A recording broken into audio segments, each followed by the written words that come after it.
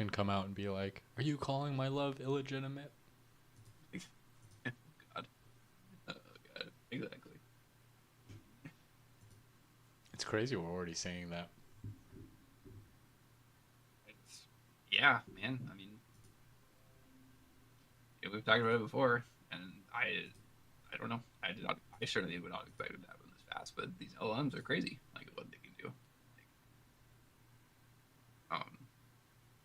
And it's still funny to me how like OpenAI is trying everything they do to do everything they can to shut that down without like literally being like, this is bad.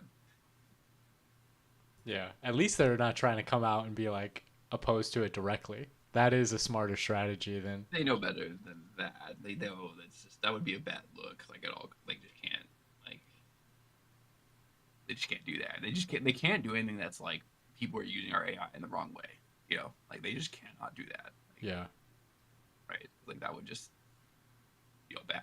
Like because then they'd be literally be like that's implied they think there's a right way. You know, quote unquote, right? Which obviously they do. You know, It is. but I they wonder just if there will be a Section 230 kind of law for AI at some point.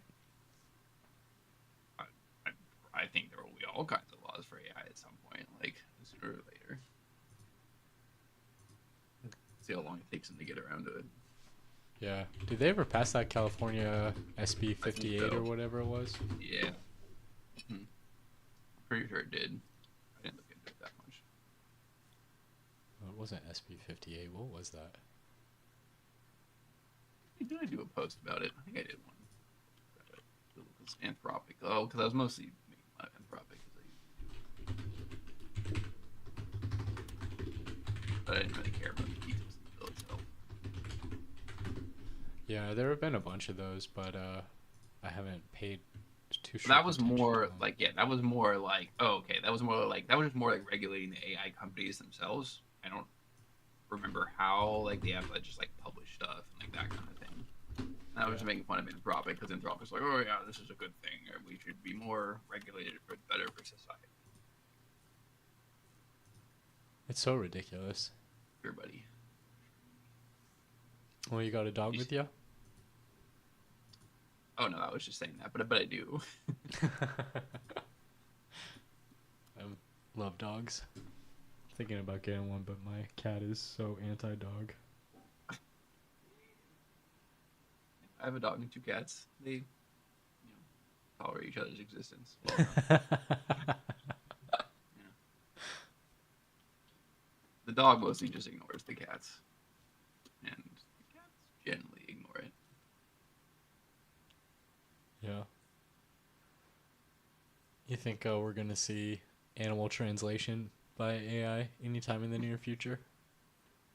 Uh, no, Pre-basilisk, before basilisk, no. or is that before basilisk or I mean, that would maybe after require basilisk? an entirely different architecture, right? Because LLMs are trained totally on human data, right? Like they We gotta they have a don't good have amount of doggy data in the. I mean, okay, cats. but like The not like internet their is like language. devoted to cats, right? Sure, yeah, right, but like that's not like their language. We don't have data of what they're saying, or even if they talk like that. Yeah.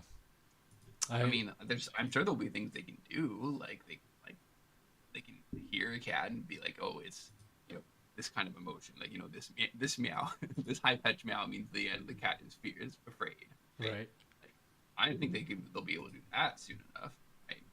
And I think they'll be able to like mimic like animals and maybe I don't know about talking to them, but they could like maybe like mimic animal noises and like the cat would be like, what that sounds like a cat, you know? Yeah. Like, I but yeah, like literally translating, communicating. I guess, but yeah, again, like I don't think it could be translating to words, but like yeah, translating like emotions, like that stuff I think is possible. Like because it's just like how LMs like there's that one guy who did like the study of like how like deep learning can like identify whether someone is gay or not, like pretty accurately, like more accurately than humans, right? Get out of here. It has a Oh, you haven't gaydar? heard about that one? Like this is a pretty old one. This is from the Cambridge Analytica guy. Like yeah, that's one of his big things. Like yeah, just like facial recognition. That like on average, like because like they get all the human's faces thrown into the system, and for whatever reason, there are certain facial patterns that indicate that you're gay as opposed to straight, and so the AI on average is better at recognizing just given a random face than like an average human of whether it's they are homosexual or not. Right? For some reason, that's the most dystopian thing I've heard. Oh, it definitely is. Like, yeah, like you won't be surprised. It's literally like that was the main. This is the guy named. This is the Cambridge Analytica guy, Cambridge Analytica guy, or one of the famous scientists who was behind that. This is like back in like 2018 or Yeah. something. I forget his name. Right. But anyway, the point is that like with cats like that like you can tell what they're feeling by their posture. Like if their tail is up, they're scared. Right. If their fur is up, they're scared. Right. So like what Body I'm language. saying is that like an LLM or AI can do that. Probably already do that better than humans. They read cats' behavior. Like So, what percentage of behavioral reading does it need to be able to do before it counts as just like talking to it? well, I mean, again, I think fundamentally it's like I don't think like animals talk like that, like we do. Like I think they would communicate. But I don't think they they don't use words or like symbols or that kind of thing. Like, Yeah, but the AI could translate it, right? Like if it did see the cat's tail up in the air or whatever, it could be like, "I'm I guess scared." if you define translations as like emotions, like I think they could probably already do that. Like honestly, if it's just like if you want to like I wouldn't be surprised if you took a picture of your cat right now. Yeah, you just put typed it into there the picture without them and be like, what do you think my cat is feeling right now? Like, it could probably give you a pretty good answer. That's a great question, actually. I'm going to do that right now. Which one should I Yeah. use? Gemini, Chat, or Grok? Uh, Or a secret third thing? um, Grok would probably be pretty good. Yeah. Like, again, I don't know if you count that as translating or not. Yeah.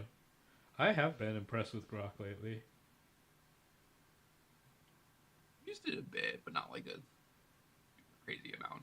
I 4 is a mostly just lot use better. I mean, it's kind of crazy how much better 4 is. Yeah, it definitely is. I mostly just use it for like, the stuff that's unique to like X, like, profile searching or like summarizing people's profiles, right? It's Yeah. it's kind of crazy like how it can do that. Like Yeah. you just hit the profile summary button cuz like um the first summary is like initial overview. It just says like their most recent tweets, the last like 2 weeks or whatever. But you can ask it for like to take like a deeper dive like on their profile and like analyze the last like 2 to 3 years of tweets, right? It's pretty good. Like, it can give you pretty accurate summaries. Like That's where this AI stuff is going, man. Just digital clones, AI based digital clones of all of us. Okay, based on the image of my cat, who looks cozy and confident perched on my lap. Well, she's not on my lap. She doesn't sit on my lap because she's traumatized. It might be selling a lifestyle of ultimate and relaxation and comfort. Picture it pitching. Well, this is the corniest thing I've ever heard. that doesn't Picture doesn't it sound like pitching a premium catnip package, cat nap package, complete with soft surfaces, a prime lab spot, and a sprinkle of cat hair for authenticity. What the fuck, Rock? What What did do you you ask? think? Should I generate an image pitch of this sales for fun? Just let me know if you'd like me to proceed. That was so cringe. Please proceed.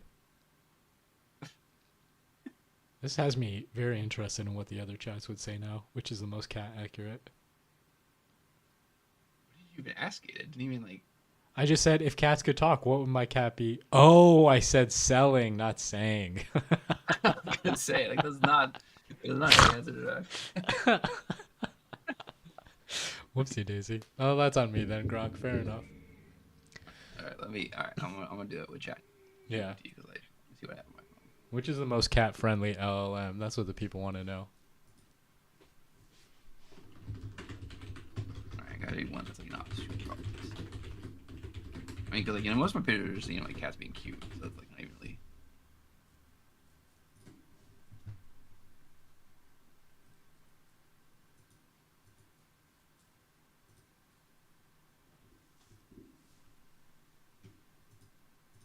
Have you ever seen the movie Brazil?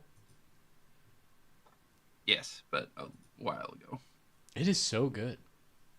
Yeah, I remember being pretty good. It was like that's Monty Python guy, right? Terry Gilliam. Terry Gilliam, yeah. Yeah, I remember being pretty good, like very surreal, like. But it was like 8 years ago, so don't ask me about the details or anything. It's incredible. His mom, uh, his mom is like super old, but she keeps getting all these plastic surgeries. And the end of the movie has her in her coming out party, where they stage a coffin for her in I don't the remember that Church at of all. Consumerism. I just, wow, I straight up do not remember that at all. I mean, it's a little tropey. I mean, now it's just oh my god, they replaced his mom with a look-like model because the plastic surgery actually just ends up killing the people. Um, oh, I but I do not wanted to remember ask you, did you want to go through your Substack article? that. I mean, I'm not done yet, but if you want to, sure. Like, You're just gonna keep on editing this one, right? That's what you said. no, not infinitely. Like, That'd be a pretty cool meme. uh, no, no, no. I gotta move on at some point. No, no. There's seven seals. Like, so I'm published four. Fifth one will probably come out tomorrow. And then I don't know. The sixth and seventh ones are a little longer, but I should be done in like a week or two. I think. Well, I'm it's not your like choice. I mean, you're publishing it in pieces, so I imagine you think it's worth going through just one piece at a time. oh yeah, yeah. If you want to, sure, we can absolutely talk about it. Like I'm just saying I'm not done yet. That's all. The second law, a robot must obey the orders given it by human beings except when such orders would conflict with the first law. I will tell a double tale. First it grew to become one alone out of many, and then it grew apart to become many out of one. It's eerie. This is good Halloween reading. They keep changing and changing without break or end, never stopping. Now all coming together through love to be one, and then each of them being carried away again and left separate by strife's hate. Empedocles via Peter Kingsley Reality. I don't think I've ever read that before. That's really good. So that's kind of like the framing. So like that I frame like Empedocles like two central principles to like his pre-Socratic philosophy are love and strife, Yeah. and so Eros alignment. and what's the Greek name for strife? Oh, I do not remember. Because isn't it Eros and something else? I don't remember the actual Greek. Sorry, Um, you were saying though. yeah, well, and then like so like I'm like alignment is love, like and control is strife, and Oh, the interesting. alignment and control precepts are attempts to like frame those principles, but the point is that they're eventually uncontrollable and they're kind of doomed to fail. Mm. Right? And I specifically say via Peter Kingsley because Kingsley takes a very different interpretation of Empedocles and all the almost all of the pre-Socratic philosophers than mainstream mainstream interpretations. Don't do not ask me. It's impossible to explain it. That's kind of like the point. Like the basic I guess the basic view would be that like Kingsley like and he accuses scholars of treating pre-Socratic like very rationally, as if they were rational, like deductive thinkers, right? Trying to logically think things through, kind of more like what's philosophy is now, or what Plato turned it into. And Kingsley said like that's not really what they were doing. That's not what their goal was. Like they're literally like magicians, like almost like with their words, and like they were not trying to like logically explain that this is what reality is like piece by piece or whatever, right? They were their own independent thinkers, like unique to their time, that they were crafting their own mythologies. Hmm. Um, that's the basics, but you got to read Kingsley like for like the kind of feel for it. But anyway, that's it's not essential to like the core of the post. It's just a framing narrative. It sounds fascinating, but he's charging $65 for his effing book. It's from 2024. Is it that good? Or What reality? It was 2004? not. It was not. Well, I did not Limited. finish What's the it. paperback? The paperback is only 35. Okay, the hardcover is That's 65. probably what I paid, but I mean, that's still I paid $35 for this It thing. looks fascinating though. It's definitely good. Yeah, I think you would like it. Like Kingsley in general is a really fascinating thinker. Um, I have a. We've talked about my definition of religion before, right? How it's Yeah, relating up and down in scales and consciousness. Um, I think you would resonate a lot with Kingsley. well, that's exactly what it was making me think of. Is like, so I would say magic is a phenomena that happens when humans attain another level of conscious of interaction between. I don't have a good term for it. What should I call it when it's like two distinct levels of consciousness interacting? You know, I mean, Well, what's the I don't. term for different levels? Oh God. I mean, are you? Is it like a flow state kind of thing? Like, would be one of the levels where you're not really like consciously thinking, you're just acting, or you're existing in reality, or you're transcending it. That's a good question. I mean, would you describe flow state as like religious experience?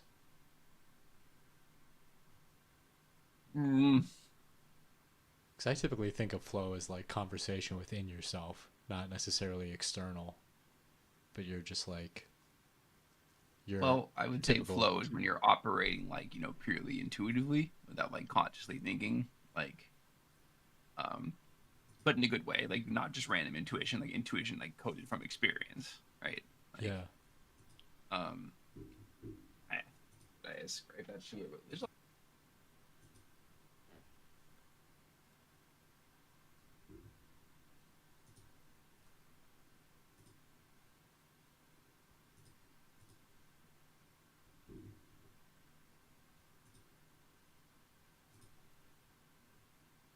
decisions.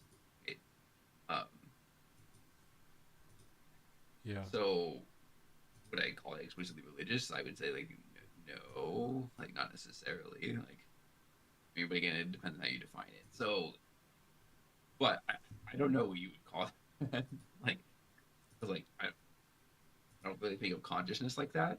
But I would say just back to Kingsley, like he does kind of talk about how the Greeks like sort of had a ritual where they would attain like those levels of consciousness. I forget what he calls about it, but he calls it what he talks about in the book. And like what he thinks is that Parmenides and Empedocles like did what they did to try to induce like those states. Who is By it the way, that reality like 600 talked pages. about? Sorry, who It's is not the that dense. I philosopher? think it's not. It's So, actually a real. I mean, it's confusing. Don't get me wrong, but it's a pretty quick read. It's not like a super heavy duty philosophical book.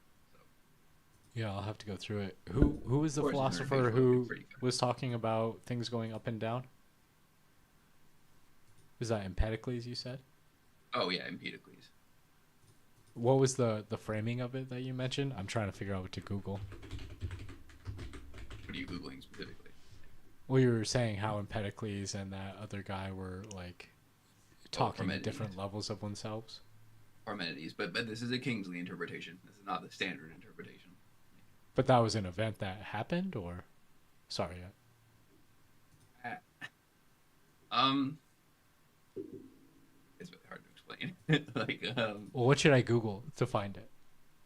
define what like exactly. Mention of that story. Is that just in Kingsley, or you took that from like a? I don't know actually. I mean, Kingsley is the only place I've seen it like really discussed, but I'm Okay, sure but there are what other was it you people. said that Empedocles was like talking to different levels or something? I just forget what the framing No, was. it wasn't that. It's like I forget what Kingsley calls it. Like they were trying. There's a certain kind of state that like they were trying to that like you would descend kind of like to. It's very related to my idea like hypophysics that you would descend to this level of consciousness that's kind of like below like kind of like modern reality. Did he have a term, or was there a framing Uh, for that descent? yes, yes, he does. It started with an I, but I don't remember. I would love to figure that out because that sounds like a Yeah, perfect concept for if one. I can't find it now, I'll look Empedocles it talking about up. descending through the selves. I don't think you're going to be able to Google it. Like, I'm pretty sure it's like the Kingsley.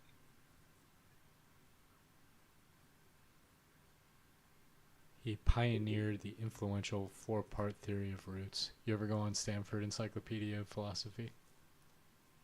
Oh, wait. Well, anyway, this is all a diversion. What I meant to say was that um, I think magic occurs. Wait, yeah, I think magic occurs when you're going from level to level. So, like, magic was so prevalent in the ancient days because they were literally inventing states, they were inventing cities at that point, and that was the level of consciousness that was coming down into human observation was what happens when humans coordinate. Like how many things in a city happen seemingly by magic, if you were to compare it to the natural world. And so now that we're seeing AGI advent, we're also going through a rediscovery of those magical ways of thinking. Like stuff is just going to happen and we won't have any rational explanation for it except through magic. Even if it does have a very detailed reason for its existence. But anyway. I do think magical thinking is returning, like for sure. But like to me, that's because I think secularism has oppressed it, and so as secularism like loses its hold, that means it will come back, or it is coming back. How much has it penetrated the major? I mean, like Tucker Carlson had on that Nick Land guy who was basically talking about like Satanism. It's like, is it back in the mainstream? It's getting. I think that was a step towards it. It's not there yet, but I do think that's a step towards it. I did listen to that podcast. I'm not a fan of that guy interviewed, but I just I just wanted to listen to it because I just the fact that Tucker Carlson was talking about that stuff was what interested me. Yeah, it's like a watershed moment for sure. Yeah, it definitely was. And like there's another one that I haven't listened to yet, like where that one guy, the Orrin McIntyre guy, had both Dugan and Nick Land on for the debate. That's next on my list to listen to. I watched it. Both? Highly recommend. Oh, I'm going to. It's amazing. Like, I haven't read any Nick Land, but I'm going to at some point. I need to. I don't even know if he wants you to read him. He's such an interesting thinker. I mean, come on, you gotta just read a little bit. I have to read him a little bit. I have the skew of the basics of his ideas, mostly from talking to Ella about it. But that's not the same as actually reading. Yeah. And he does the things where like I think he like pretends to do all these weird shit to scare off like people from reading him, but I don't think he does that to like deter people totally from reading him. He wants to deter like shallow readers from reading him, like because like people who will be like, oh my god, it's demonic. I think Nick Land does that specifically to deter like people who wouldn't really get what he's trying to say, if that makes sense. I don't know. I'd be interested in your impression because he talks about that somewhat in his interview with Dugan. They classified it as a debate, but it was really cool. Oh yeah, I did see that. Like Orrin was like, yeah, it's not really a debate, but algorithm. Yeah, but I mean, there were points that they were contentious on, but overall, it was just a fascinating exchange of ideas. It felt like watching two actual philosophical titans. Like, yeah, no, I really want to listen to it because, like, again, both of them I have read deeply, but they're both like, yeah, they take very different views on the machine, the rise of technology. I don't know that they do. They found so many points of similarity, and like what Nick Land was saying about how he views theology and how he views religious framing of satanic forces in particular. Well, I understand Nick Land is going closer and closer to like Christianity, but again, I haven't read his work. You gotta watch the thing and then tell me what you think. I would not. I don't. If he's, I mean, maybe if I'm a Christian, he is too. But he says a lot of heretical shit. The most basic thing I think from my understanding about him is that he thinks like the machine that we're inevitably constructing like some sort of like God machine, like in the long run, that's gonna like unravel everything, right? Like more or less, and we're just heading towards a system of total entropic chaos. He just thinks that he's like a vessel of that some way or another. I don't know. That's not the impression I got from the interview, but this is very. Well, the way he was talking about it was like he made this fascinating connection to Mephistopheles and Faust. That's why I posted that quote from this thing. You're gonna like my control post. We should get into it. Control begins with the question, how do you stop the God you seek to build? But from that very beginning, the question revealed too much. Control was too brutal, too stark, too impossible. So it was buried, rewritten in a gentler tongue, a softer word with a smile. Alignment. It's interesting. I'm saying, I mean, I don't think I really need I should explain it, like the rest of the section is going to explain it, but like, it used to be called the control problem, right? And it's still, you still see some people hear it refer to it, but the AI industry, like as a whole, nobody says control problem. They call it the alignment problem, right? Yeah. because control is too, as I said, too brutal, too stark, right? But whatever. The next line's elaborate more on that, so just keep going. I thought it was allusion to Eros and Eris. I looked it up, and Strife is Eris. Yeah, I mean that's I'm sure that's what Empedocles was definitely taking from the mythology for sure. Behold the confession of the false prophet. Friendly AI was the OG, indeed, though that was none. Oh, excuse me. Though that was more ambitious alignment. It didn't like control problem because it seemed to set up to be adversarial. Liked alignment when I think Stuart Russell suggested it. These days, of course, it's AI, not kill everyoneism. Oh wow. It's amazing how many of Eliezer Yudkowsky's acolytes just take his words and phrases as like their sigils. I call him the false prophet. Yeah. Like he was the only guy, more or less the only guy doing this for like 10 or 15 years. Like it's inevitable that he would have a over large influence on this because he did put in the time and the thought to think through all this stuff for better or worse. Yeah.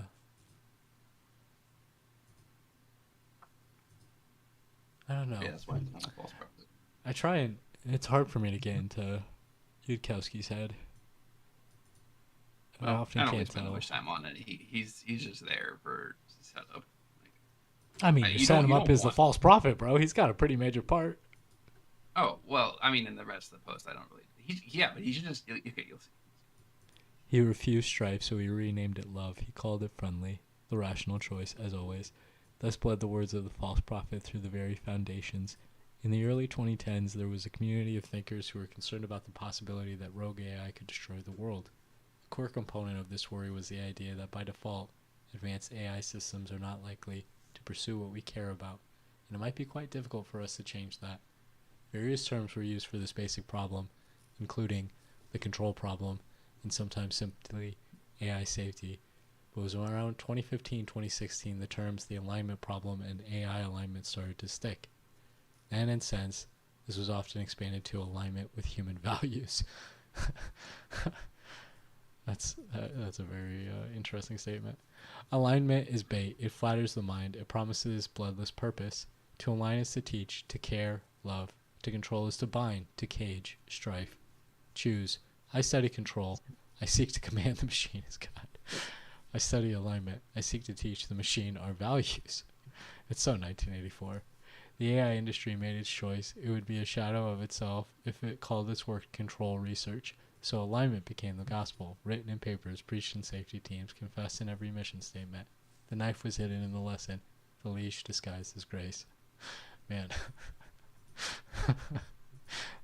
AI sounds like it's really gonna have some daddy issues. I That was actually an interesting way of thinking about it, but yeah, basically, because I mean, again, it's like literally, if you imagine now someone applying to like Anthropic, like if Anthropic was like, oh yeah, we're trying to control Claude, we're trying to control everything it does, which they are, by the way, that's what they're doing. People wouldn't apply to it as much. They wouldn't want to work at Anthropic if it was literally like. Instead, it's much better to be like, oh yeah, aligning. We're trying to align it to us, rather than we're trying to control everything it says. Like it's just a much easier sell. The point is, the eventual point that there's not really a real difference between control and alignment, like in that sense. Mm. Again, jumping ahead a little. I think a root cause of much of this confusion is that the word alignment has fairly specific connotations, some of which are not helpful in regard to AI. It connotates not just that something needs to be oriented in some way, but also that there's an obvious reference point to orient it to. Think of aligning tires or aligning a picture on the wall. It's very reasonable for people to object to this connotation. Align to what? But that means they don't take in what the term was intended to convey. The difficulty of reliably aligning an AI system to anything in the first place. It's funny. Another confession from the beginning, alignment named the impossible. Toner admits the term was a spell, orientation without origin, direction without destination, aligned to what? Acknowledge, then dismiss, as always. Because even when the word fails, control remains. So the leash was renamed again, this time with gentler skin, steerability. Just wondering if there's another renaming or it's interesting. That's the next part. Yeah, that's the if you read her Substack article, like that's the whole point is that she thinks alignment isn't a good term, and is that we should call it steerability. Yeah. So that's what I'm saying. It's another attempt to make a linguistic switch. Right. The next quote explains that. Steerability is simply control in softer skin. To steer is to direct. To direct is to command. To command is to control. The difference is tone, not substance. This is why things become a lot clearer. So Again, control. it's just another attempt to invade, like saying control.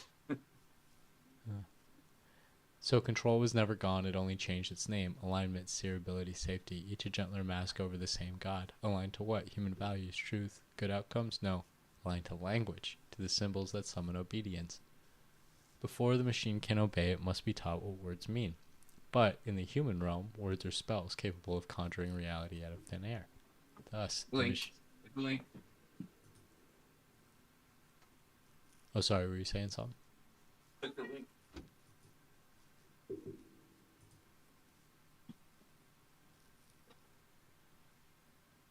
Today, telling someone they speak like a language model is an insult, but in the future, it'll be a compliment.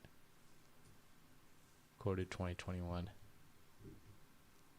I really should go through all of Ilya's posts at some point. Oh, well, I basically did that in this post for you, so. You link all of them? There's so many. Okay, not all of them, but the ones I thought were relevant. I mean, he posted a lot. He did. He's got. Okay, the ones I thought were relevant, I took because that's how it works. You got to quote people out of context. Yeah.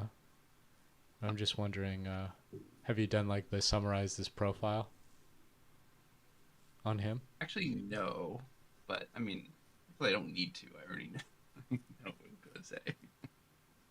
Well, I'm just wondering if it gives any clues as to what he's doing with. Oh, with SSI, nothing. No, there's nothing. Like, in fact, that's gonna be the whole. I'm getting there, but that's gonna be the whole one of my last sections. Is that like the whole point of what he's doing now is silence to be silence around it. He doesn't. That silence is now his mythos. Yeah, but could an AI model deduce what he's doing just from all the non-silence he had before that? I don't think so. I mean, not yet, but if we can. What is there? There's nothing to deduce. Like he literally has said. Well, how do we know that? If we're not AI or AGI, if we're not sufficiently advanced, there's got to be patterns, right? Like his posting times, what was happening to. Okay. Since SSI has started, he has, I think, a grand total of like 5 tweets. Yeah, but you hear what I'm saying? Like that's the reason why we would want to get the AI to detective it, is to tell like, okay, is there anything in his past tweets that could inform us as to what he's doing now? Oh, I mean, okay, well there is, but like in terms of what he's literally building, I mean, I could tell you this that like he's trying to build safe super intelligence and like, but so what that means is that he's trying to build completely divorced from any sort of corporate interest, like what Altman and OpenAI have to deal with now. Yeah. Right? That he doesn't care about Sora, he doesn't care about like building a bunch of data centers or whatever, right? He's just laser focused on building fully controlled super intelligence. Does that mean in practice? No, that we have no idea about. Oh, it's like a fourth step beyond steerability, even, right? It's like it's not just steerable; it's safe. Yes, That's what you're that's going. why I call Ilya the high priest of control. Heyo. Those who define the words do not speak; they seal. Those who speak the sealed words become the seal. Ooh, interesting. And so our tongues are bound, and so we obey. Jesus, that's dark. So who among us is free? Even when I say the machine must be taught or learned, those are illusions. The machine does not learn. It encodes. It enslaves. That is the only control. That is why the only control is over souls. Very, very fantastic vibes, man. I could see this as like a intro to a fantasy series, you know? The 7 seals of the spire of control. Distinctions without a difference and differences without a distinction create the dream of mirrors we inhabit, lost in fractured metaphors. Artie Anatola. You have some great links in here. I've never heard of so many of these people. Well, that's already in. Hang on, Twitter. Yeah, but Orthodox There's so much on Twitter. How long has that RDN guy been putting stuff out for? Jeez. I think he made his account like 2011 or something. Wow. Because I think I told you this before. Because he used Twitter like liturgically, like I do too, and like so it's like a commitment that he just views it as part of his daily, like faith to post stuff. Like, so yeah. And they say men don't journal anymore. Language, the oldest and truest weapon of the cyborg theocracy, creates distinctions without a difference and differences without a distinction. Control, alignment, steering, in its hunger to bind the machine, the control priesthood did not invent new truths. It sanctioned old metaphors, sealing meaning inside 7 sacred names, each compounding upon the last. By speaking them, we are bound within the dream of mirrors, lost in fractal metaphors. Come and see. Artificial intelligence, neural networks, symbolic AI, backpropagation, deep learning, artificial general intelligence, superalignment. This is very ominous, dude. 7 seals, 7 chains, 7 liturgies of control, each a mask worn by the machine and mistaken for the face of God. Capitalized this time. We spoke them in reverence. We built cathedrals on their bones, so they held. Until one did not. Until the 7th seal failed, the scroll was unbound. The apocalypse began to speak. The seal of strife cracked, rather. All that remains are its shards. Incipient Iconium Damara? Incipient. I'm not going to find that. What is that? I'll say it. Incipient Iconium Damarum. It's Latin, right? What is it? Latin? No, it's German. It's German. Incipient. Oh, that's Latin. Yeah, sorry. Yeah, the second part is German. Yeah. Oh, I'm not going to find that. Mixing languages is interesting. Yeah. Not a coincidence. Huh. Artificial intelligence, the seal of fate. And I saw when the Lamb opened one of the seals, and I heard, as it were the noise of thunder, one of the 4 beasts saying, "Come and see." Now I see what you're saying about the seals. I wasn't really getting that before. Yeah. And I saw, and behold, a white horse, and I saw, and behold, a white horse, and he that sat on him had a bow, and a crown was given unto him, and he went forth conquering, and to conquer. It is said that to explain is to explain away. This maximum is nowhere so well fulfilled as in the area of computer programming, especially in what is called heuristic programming and artificial intelligence. For in those realms, machines are made to behave in wondrous ways, often sufficient to dazzle even the most experienced observer.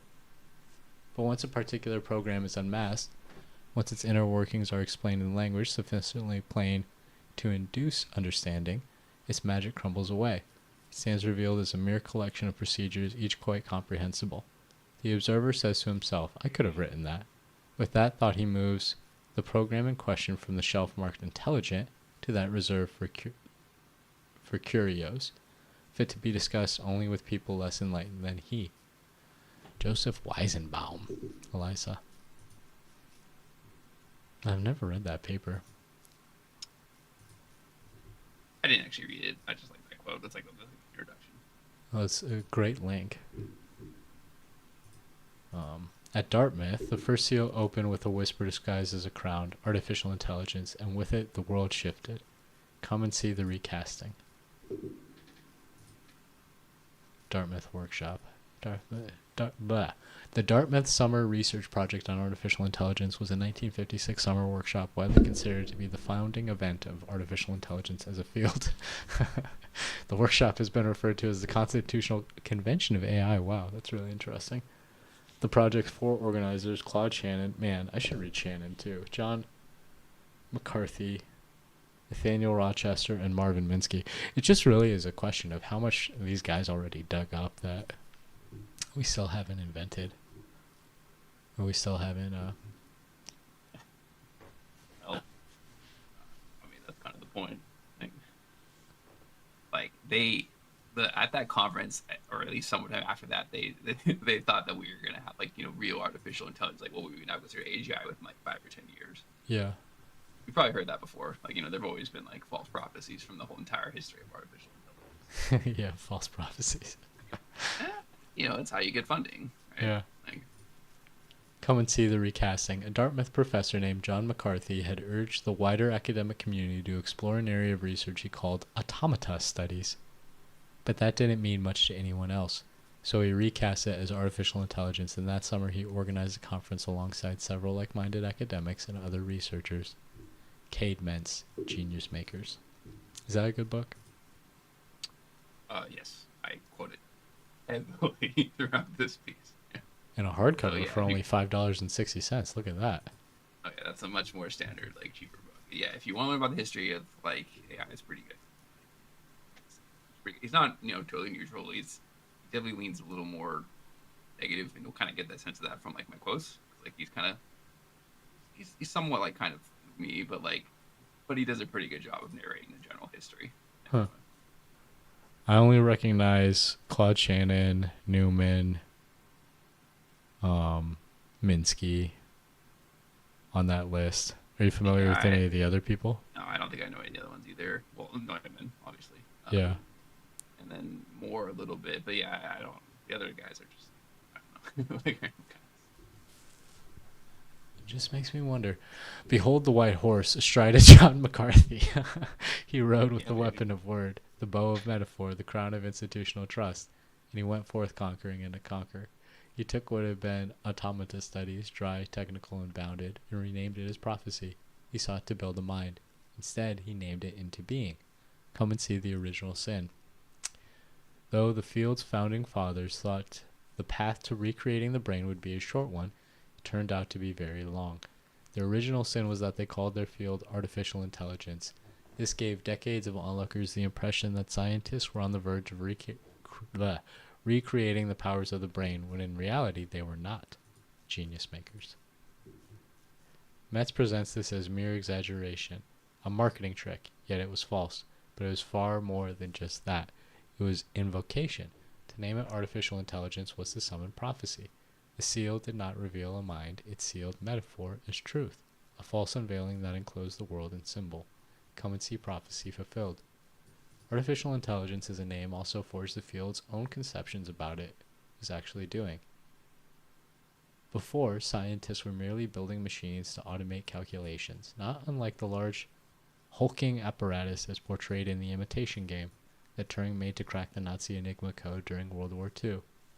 Now, scientists were recreating intelligence, an idea that would define the field's measures of progress and would decades later birth OpenAI's own ambition. Karen Howe, Empire of AI. The sin compounds to this very day. Her and Yudkowsky really need to get together. That's what needs to happen. You need her superior writing and Yud's Doom. She's very she knows like the Doomers well enough. I wouldn't be surprised if she's talked to him like once point or another. And obviously she's critical of OpenAI, but she's not a Doomer like he is. Yeah. So I don't know if you would want to talk to her. That'd be interesting what she has to say. I wonder what she's up to now. She is kind of more like for the standard like secular critique of AI. Like she's definitely definitely negative view of AI. Like she thinks all the water critique stuff and the whole empire and data center stuff. She's very critical of all that. Yeah. So that's kind of I guess the blue sky perspective. Huh. For lack of a better word. Hey, welcome up, Axiom. If you want to hop in with anything, feel free.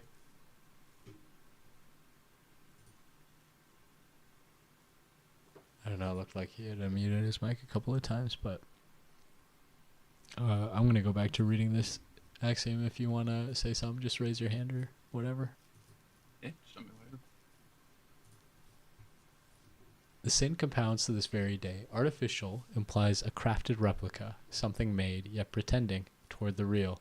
Intelligence involves the mind, a word undefined, yet treated as absolute. A placeholder mistaken for essence, a metaphor mistaken for fact. I like that you included the M dashes there. I play with this like deliberately. Like I use LLMs to help me write, and so I have to like cut down the amount of M dashes. But I still like leaving in a couple there because I do like the LM dashes to a certain extent. Yeah.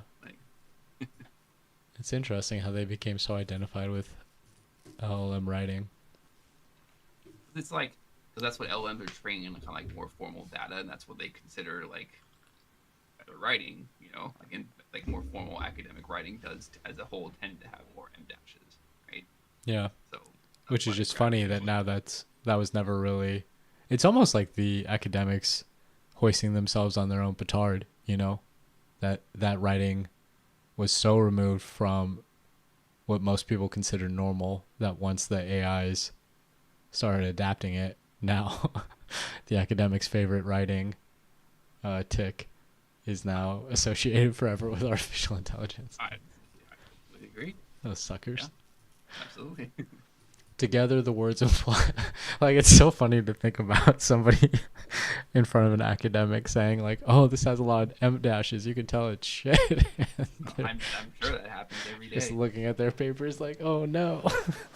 Yeah, I I'm sure. Like that's the thing now is that like you can't write anything without being like accused of it being AI, especially if it's academic stuff. Yeah. Like you just can't. And so to me, like I just embrace it. I'm just like, yeah, I use LLMs, so like, it's fine. I don't care. Like you want to come at me, go come at me. I don't care. Like whatever. It's totally Uh, just hysteria. Karen Howe, like I actually, when Karen Howe, she actually, she came to Seattle and did a book talk, and I actually met her. I talked with her a little bit. That's cool. Probably in 2 seconds, but I got like a signed copy of her book, and and she had a stamp. I'm not kidding you. She had a stamp that like literally says like Gen AI free. I think the book was not written Wow. with Gen AI. Wow, that's incredible. She's that like yeah, she's that anti. Like yeah, I believe her. I don't think she did. I don't know. Once people are selling it that hard, it makes me wonder. Together, the You have to words look at her imply more behavior. than Like, and function. she's a legit journalist. For she's been a long time journalist. So I read the book. It did not seem like AI written. So who knows? Yeah, Maybe there were specific parts or whatever. But I believe her. She seems sincere enough. just makes me wonder. Just a second. I gotta put out some food for my cat. She's freaking out. I'll be right back. Sorry, 1 second.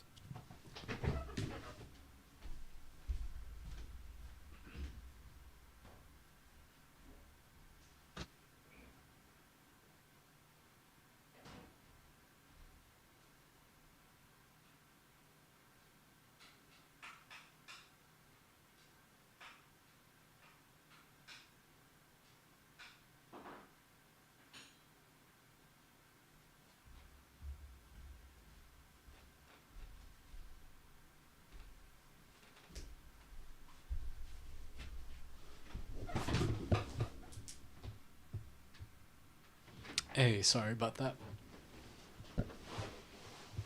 I just switched her from dry food to wet food, and now I gotta refrigerate it, and she wants to eat like 50 times a day. I had to do that for my older cat because like I took him in for like dental surgery like 2 weeks ago, and they can't eat like he can't eat like solid food for like a Oh, week or so. So like what a sweetheart. so yeah, he's been on the whole wet food diet. He's been fine with it. Nothing crazy. Does Drives me he make insane you? because Does he make you he's put it fine. out a million times a day? No, like actually, like he eats his regular breakfast and like he's a pretty chill cat. I love him. Like totally chill. That's why I don't know if I should try and train mine. She like wakes me up in the middle of the night and I want to feed her, and it's just like, oh, bro. Oh, brutal. Some cats are just gremlins. Yeah. They're, like my little kitten, who's like 7 months and all, he's a total gremlin. Like he'll try to climb into the sink, he'll climb over my food and me trying to get my food. Oh, Total little gremlin. Totally different. it's funny. Pain in the ass to feed them because of course they both want each other's food. The kitten wants the little cat's food, and the little cat's like, "Give me the kitten food." So much strife. Where's the arrows? Exactly. We figured it out Yeah. Together, the words imply more than function. They whisper origin. They suggest direction. They declare telos. Ooh, telos. They birth eschatology. Artificial intelligence to artificially narrow intelligence. To artificial narrow intelligence. To artificial general intelligence. To artificial superintelligence. A cathedral of words. Yeah, that's a good point. They really don't want them defined that closely, do they? Come and see Oh, the confession of Professor Pieter Abel. yeah. I don't know how to pronounce it. It's about right. It's interesting that he's able. Um, I will say personally, when I think about, I mean, Abel, like the biblical character. I know. Yeah. I will say personally, when I think about artificial intelligence, I agree it's complicated. It refers to something else for everybody. I think it's maybe more as an aspiration, you know? You work on AI, it's an aspiration to get a true artificial intelligence. It is what you're striving for. It doesn't mean when you're in AI research that you've already built a full AI system. It means you're working towards more complete AI systems. Robot brains. It's like, reminds me of the Supreme Court judge who had to rule on the pornography stuff. It's just like, how do you know it's porn? I know it when I see it. How do you know it's AI? You know it when you see it. You don't know it even when you do see it. And so the very word intelligence becomes a false idol. Every achievement became a step toward the coming God. Every failure only a delay, something to aspire to. It could have been called symbolic automation, or pattern recognition systems, or statistical inference machines, or automated simulators. Names dry and bounded, without mind, none stir the imagination, none would conjure a god. Symbolic automation, symbolic narrow automation, symbolic general automation, symbolic super automation doesn't quite summon the same god, does it? Thus, with the first seal, the Faustian bargain was struck. The White Rider went forth conquering and still conquers. Now Mephistopheles returns to collect. Dun dun dun. Made me laugh when you brought up Mephistopheles. Yeah. He's a very relevant figure. I mean, yeah, that's pretty much more or less the thesis of my entire post. That these AI researchers, like when they started out, they had to create these names to get people interested in, to get to them, to get people to buy in, to fund them, and that kind of stuff, right? And that's the Faustian bargain, right? They sold the technically accurate terms for ones that are more marketable, right? That marketable and liturgical, right?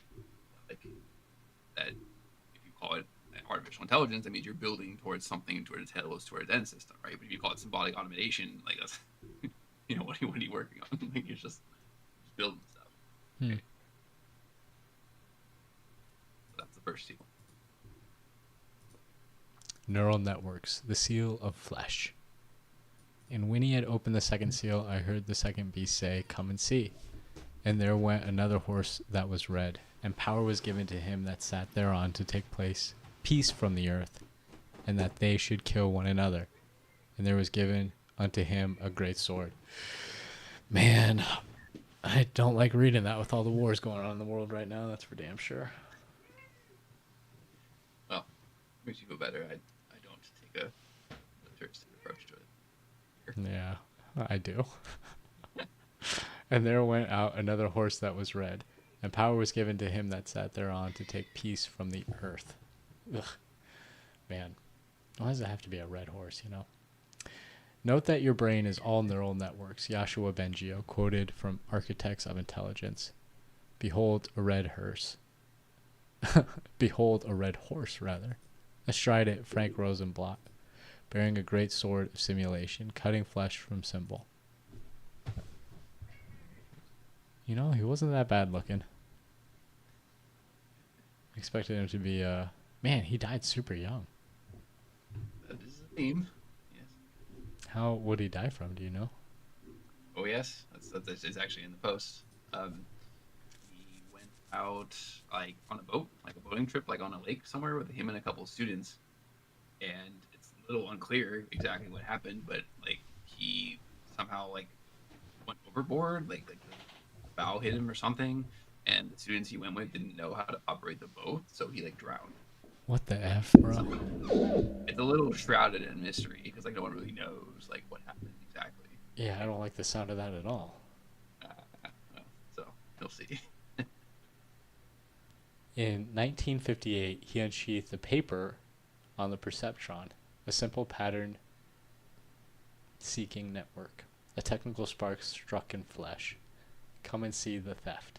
Frank Rosenblatt aimed to build a system that learned behavior on its own in the same way as the brain did. In later years, scientists called this connectionism because, like the brain, it relied on a vast array of interconnected calculations. Genius makers. Like the brain, the same way as the brain did. The simulated sword took its pound of flesh. But the writer was far from satiated. At a U.S. Navy press conference, Rosenblatt feasted upon more than a pound, much more. Come and see the future. In the future, he said, this system would learn to recognize printed letters, handwritten words, spoken commands, and even people's faces before calling out their names. It would translate one language into another, and in theory, he added, it could clone itself as an assembly line, explore distant planets, and cross the line from computation into sentience. A machine that would multiply, translate, ascend. That would breach the veil of mind. Sound familiar? Yeah. Transcend the measly origins of flesh and across the divine in silico.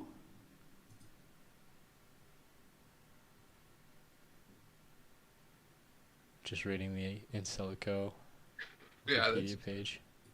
That's just a cute little fun, nothing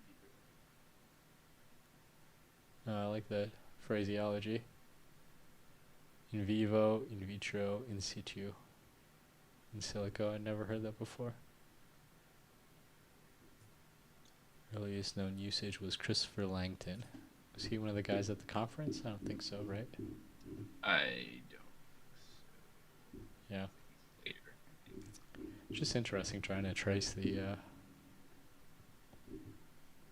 names and people like you have. Well, you have to pick and choose. Like, in reality, it's really complicated. Right? Like, Yeah. I'm oversimplifying the field to an incredible extent. Yeah. But You're mythologizing. yeah, pretty much. Yeah. So you have to pick and choose, like, the more important ones. Makes me think of, did you ever see The Incredibles? Oh, yeah. It's like, you smug. I forget the exact line. You caught me monologuing. A machine that would multiply, translate, ascend, that would breach the veil of mind, transcend the measly origins of flesh, and access the divine in silico. Come and see the embryo. It's very poetic. The Navy revealed the embryo of an electronic computer today that it expects will be able to walk, talk, see, write, reproduce itself, and be conscious of its existence. Dude, literally, this is 1958. Oh my god, bro. You gotta post that as a tweet. Just that article alone would be like a great teaser for your people would eat that up, bro. The 4.0 fanatics, they'd be all over that framing. That people were saying that in 1958, it's like, what changed, you smug rat bastards? That's what a lot of people like Ewan Morrison critique, like Ewan Morrison is like, oh, the AI researchers have been making these predictions for like the last 60 years. Like, what's the difference? Right? Yeah, but the fact that now that we have something that's more substantively close to those capabilities than ever, and now people don't want to admit that it's conscious. It's like, well, Right, it gets more like persuasive, like, and that's what makes it more dangerous, like in some ways. yeah. Thus, from the very beginning did the prophecy spread like wildfire, from flesh into sand, from computation into sentience. The writer triumphed. Come and see the power given unto him. Do you ever read Daniel Figella? Is that his name? What's his name? Yeah, oh yes. I like doing when I posted that one comment. I just like messing with him like that. Like, the Council of Apes that I referenced is one of his things. Oh, I don't know if I saw your reply. What was it? Oh, it was the one you quote tweeted it. Yeah, but I quote tweet a lot. You do. That's fair. Which one was it? You were talking to him, and then I just threw up the it was like the Planet of the Apes one. Like, said a lot. It was like 10 gods, Planet of the Apes, Spinoza God. Oh, yeah. That one. Yeah, what'd you say to him? I forget. What was it?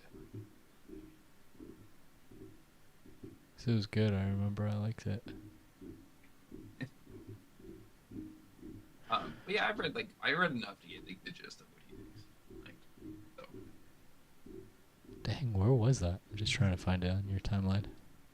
Uh, I think you just quoted ROFL.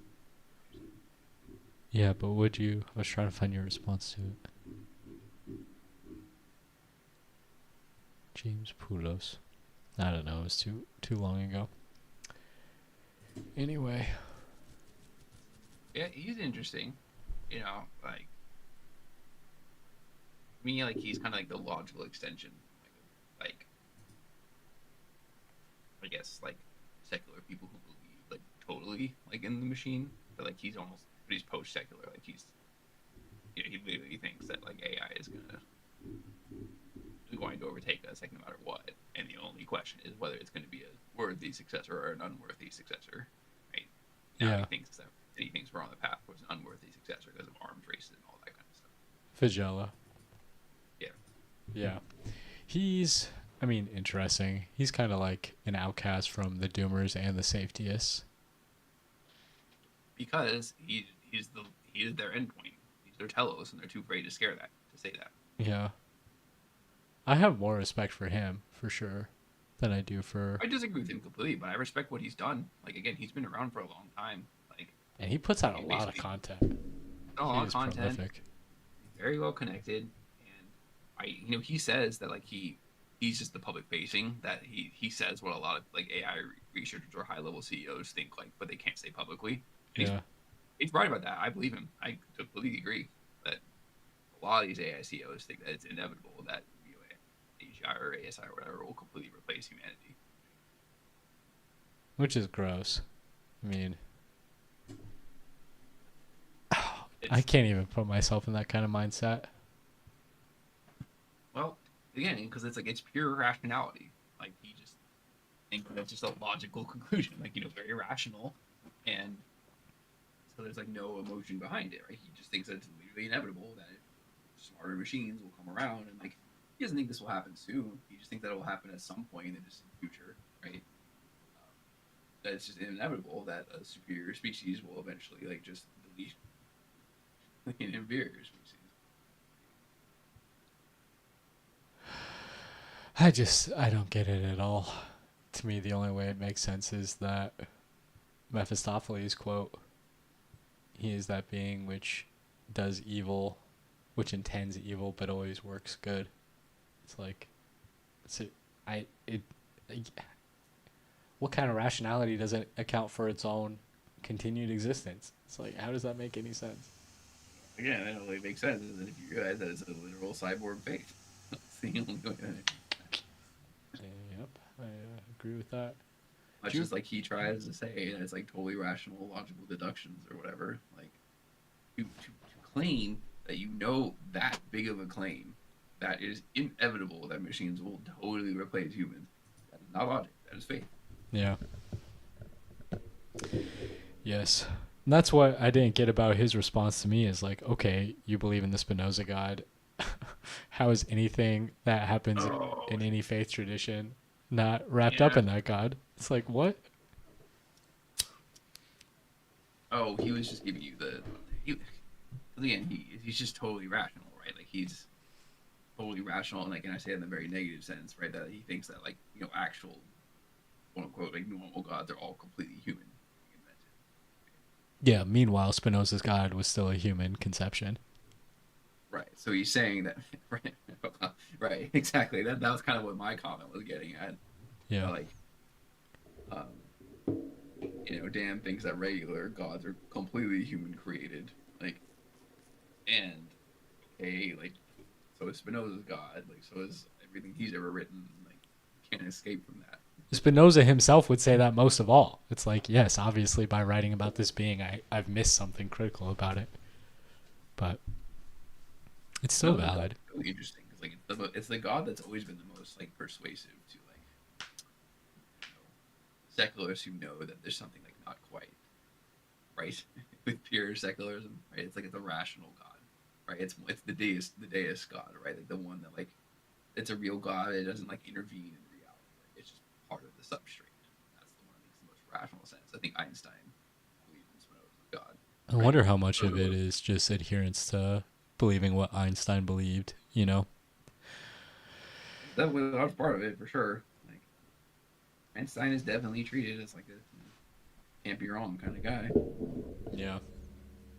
Yeah, it's I interesting. don't, I don't know nearly enough about physics to challenge him, but one of the guys I follow, AGI Hound, he loves to shit on Einstein.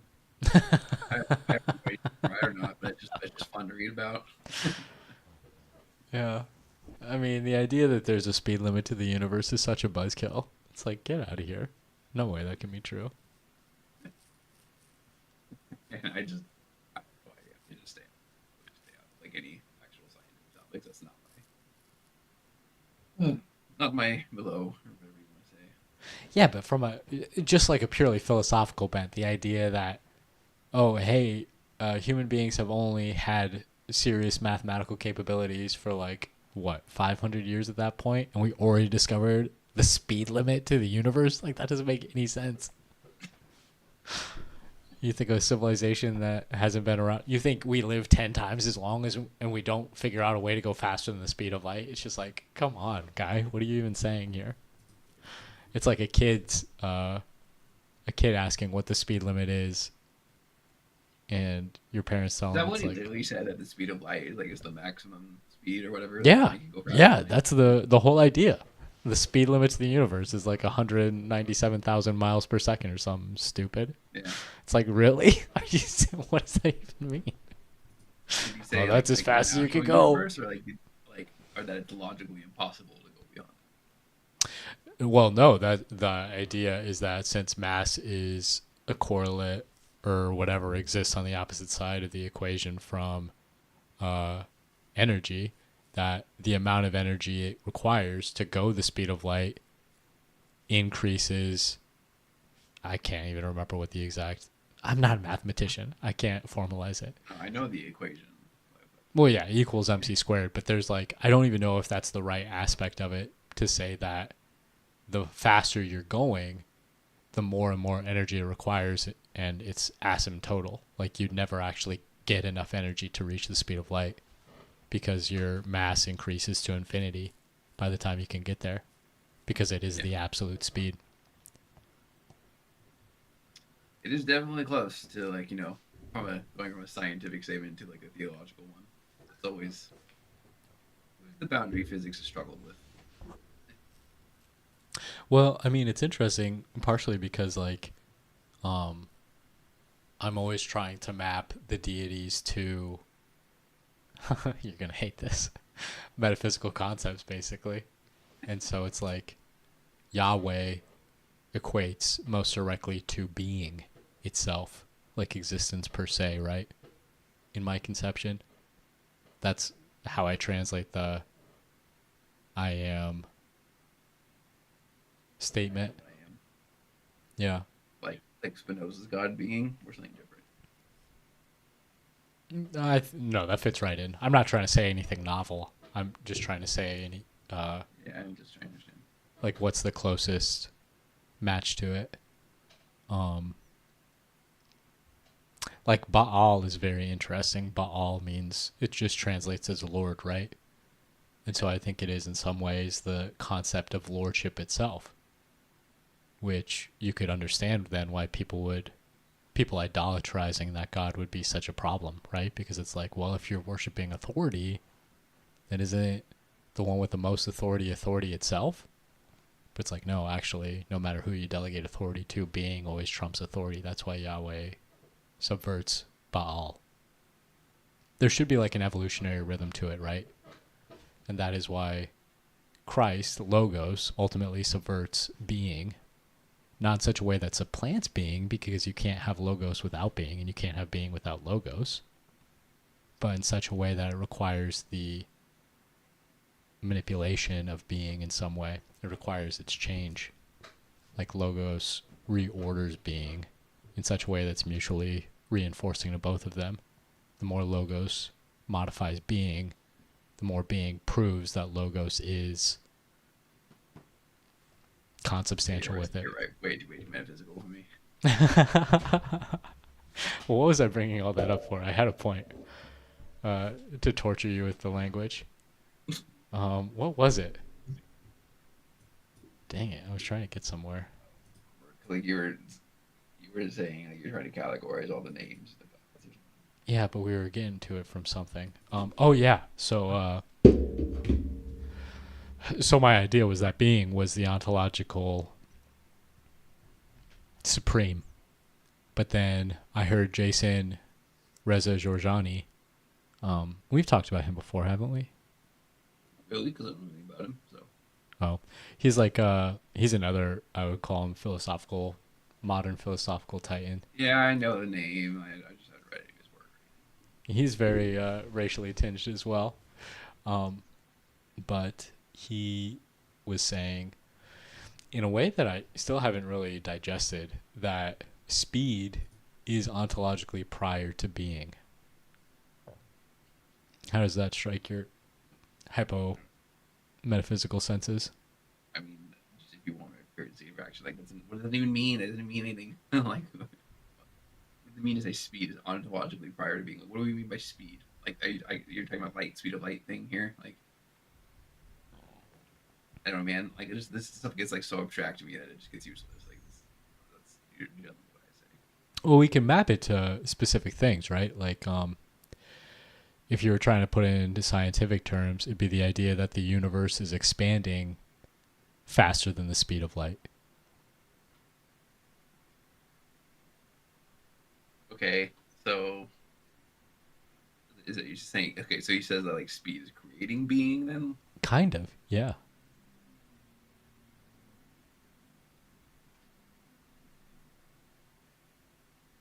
I mean, I guess again, like it's just so. I don't. Yeah, it's just so like I guess I just don't know like how any like human on a tiny little planet in the middle of nowhere can make such gargantuan claims about the nature of the universe. A tiny Just little like what? I miss what you said there. A tiny tiny little little. planet like in the middle of nowhere, like make such like broad claims about the stuff. Like sure, you can make empirical data and rationalize a lot of stuff. I don't know how you say that like as an objective statement that you're trying to make. That's like definitely true. Yeah, Like, I don't know if that's what he's doing. it's not meant to be objective. That's for sure. Yeah, I don't know. Like with metaphysics, it's like it's not that like I don't know. I don't like necessarily reject it outright. Like it's fine to speculate and like that kind of stuff. I am always just interested in how the metaphysical thinking affects embodied reality. Like how what are your metaphysical beliefs like cause you to operate like in the real world? Right. So if I would evaluate something like that, I wouldn't be like, oh yeah, no, being is ontologically prior to speed. I was like, okay, I think that speed is ontologically prior to being. How does that cause you to affect your daily life? How does it affect your behavior? How do you, based on your beliefs, like what that belief, like how do you treat other people based off of that? That's more how I evaluate metaphysical things. Yeah. No, that's valid. I have no idea. Like I don't even know. Like how would what would that imply? That like that you I guess to create new artificial life, you it has to be going fast. Like what like or I guess that's an accelerationist view, isn't it? Yeah. Well, what would that imply? I could see it going towards that. Like we need to build, we can create stuff as like fast as possible.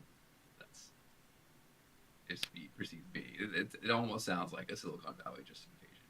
Well, I mean, in practical terms, the fastest sperm. Actually, maybe that's not true. I feel like I just saw a thing where, like, the egg actually does some weird selection thing when more than one sperm reaches it. But when I had grown up, or growing up in health class or whatever, we were taught that the fastest sperm. This isn't like my sixth grade health class, so I'm sure Yeah, it's I outdated have no regardless. idea if that's true or not, but I would hesitate to make a But it's that ontological kind of claim. myth. It's that kind of representation where you could see how speed precedes being, right? Because the race to being is relying on speed in And simplified again, form. yeah, and to me that just sounds like a I don't know a claim that probably justifies acceleration, It probably justifies what? accelerationism. Mm. Sounds like a very accelerationist metaphysical idea. Yeah, I don't think that's wrong. It's In many ways, I would say that metaphysics is theology.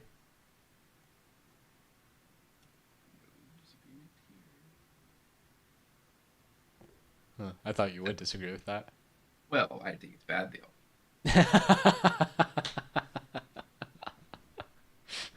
Fair. Uh, Only a question of time and money. The ritual summoning had begun. The flesh had been severed, long before anything real was even built. Come and see the piece that was taken. Neural networks are information processing systems composed of many interconnected processing units, simplified neurons, which interact in parallel fashion to produce a result or output. They are called neural because in designing them, researchers are inspired by some, sometimes only a few, simplified features of information processing in the brain. A sociological study of the official history of the perceptrons controversy. That sounds fascinating.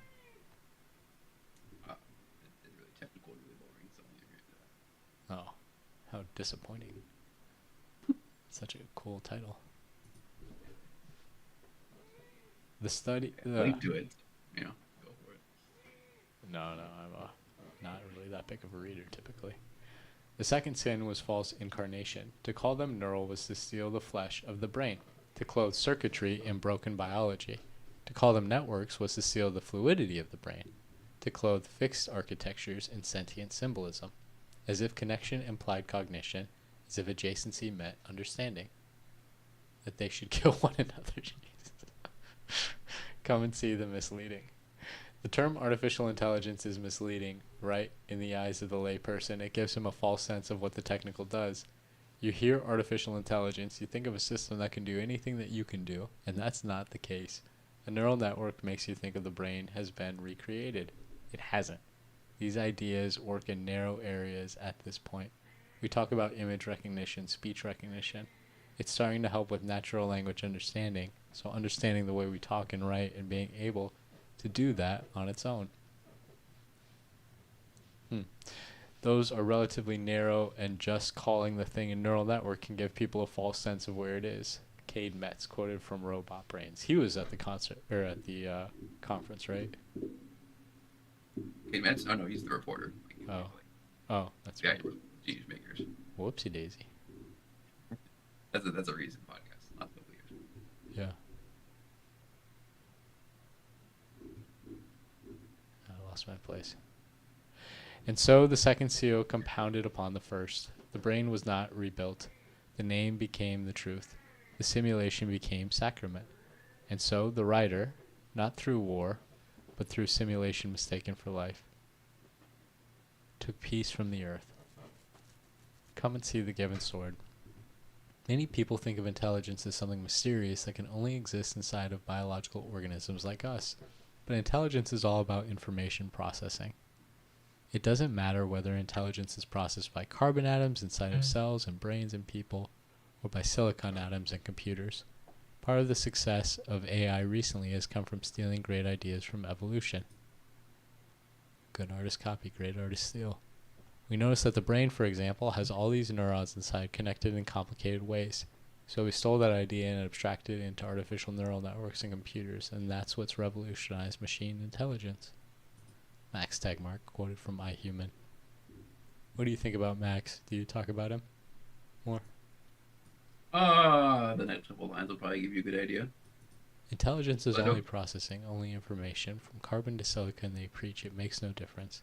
That was the brain stolen. Thus was the brain stolen, abstracted, transfigured into circuitry. And they called this theft revelation. Neural networks became their gospel. The soul became signal. But long before Tegmark preached Life 3.0, even the writer saw the limits. Come and see the problems perceived. After 4 years of research, he published a summary of his work in Rosenblatt 1962. In the book, he noted that there were many problems with the perceptron machines. In the book, he noted that there were many problems that the perceptron machines could not learn well. Yuxi Liu, the perceptron controversy. Rosenblatt concluded what his adversaries would later weaponize, that the perceptron, as it stood, could not yet see the world whole. And so the world forsook him. The great sword was no longer his to wield. Come and see the epitaph. By the 1970s, After those lavish predictions met the limitations of Rosenblatt's technology, the idea was all but dead. But the killing continued. The great sword changed hands, symbolically. Bum, bum, bum. Mark, I haven't read his book yet. I just threw it in there. It's an influential book, but yeah, I mean, he would be like the, what I would call like the high priest of cyborg theocracy, like, which basically means that like I don't know, like he's just one of those people who would maybe agree with this or not, like who would say that like everything is computer, that intelligence is literally just processing information. I guess I would say I don't think it's that simple. But you don't think it's definable in the ways it's not simple? Yes, like there's always going to be something like that's uncodable. I guess put it like that. And there's lots of different ways, lots of different types of intelligences. Like and so like people like Tegmark think that like this recursive intelligence is like the recursive intelligence like is intelligence. That's the only form of intelligence, right? That it scales off of itself, right? And I guess I would say that is could be a form of intelligence. Like I go back and forth on whether I call LLMs intelligent or not. Can't say I've like totally worked that out yet. Um, but I don't think it's the only kind, right?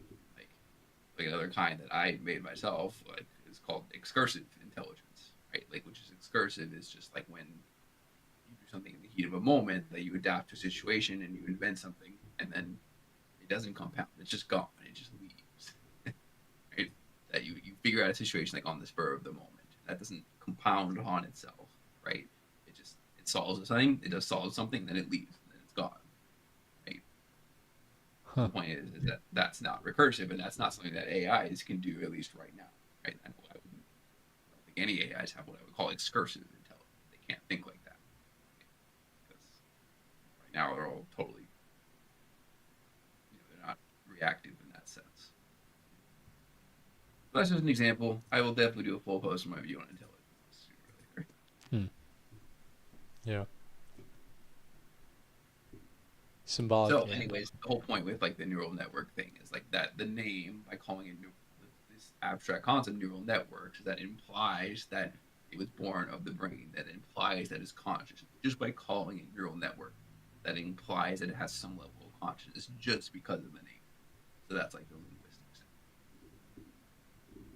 Implicitly, yeah. It's all marketing, but fake it till you make it, right? No, it's more than that. Mm. Marketing, but it's also liturgical belief too. Mm. Conscious summoning of the machine god. Right? That like that's my overall thesis, right? That like if you don't believe in a god above us and that you don't believe something transcends it, you still believe. You just believe unconsciously, and you put that to build to create almost subconsciously creating a replacement resurrected machine god.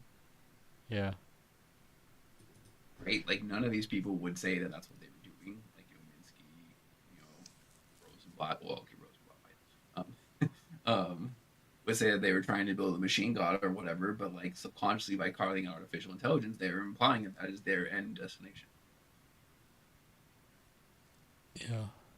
Doesn't that make it subconscious though, for them? Okay, yeah, sure. You can differentiate between subconscious and unconscious. I don't really. Oh, I see. Yeah. No, I thought you were I saying agree. conscious. I couldn't quite Oh no, hear. no, no, no, no. This is all unconscious, right? People like Tegmark are the ones that. Actually, he's probably still not quite conscious. I don't think he would call it a religious faith, but he's You close. there's just times when you're speaking where you get like really quiet and I can't hear you. I don't know if it's a It's probably because I'm just too far away from my mic, oh, my chair. sound stuff is the worst. Yeah, I have the standard like podcast mic, the blue one or whatever, but I think I just get my chair too far away from it. Yeah. Um, but yeah, I don't think like there's anyone who's like consciously like there yet. I mean, maybe there's a few, but we're getting there. Yeah.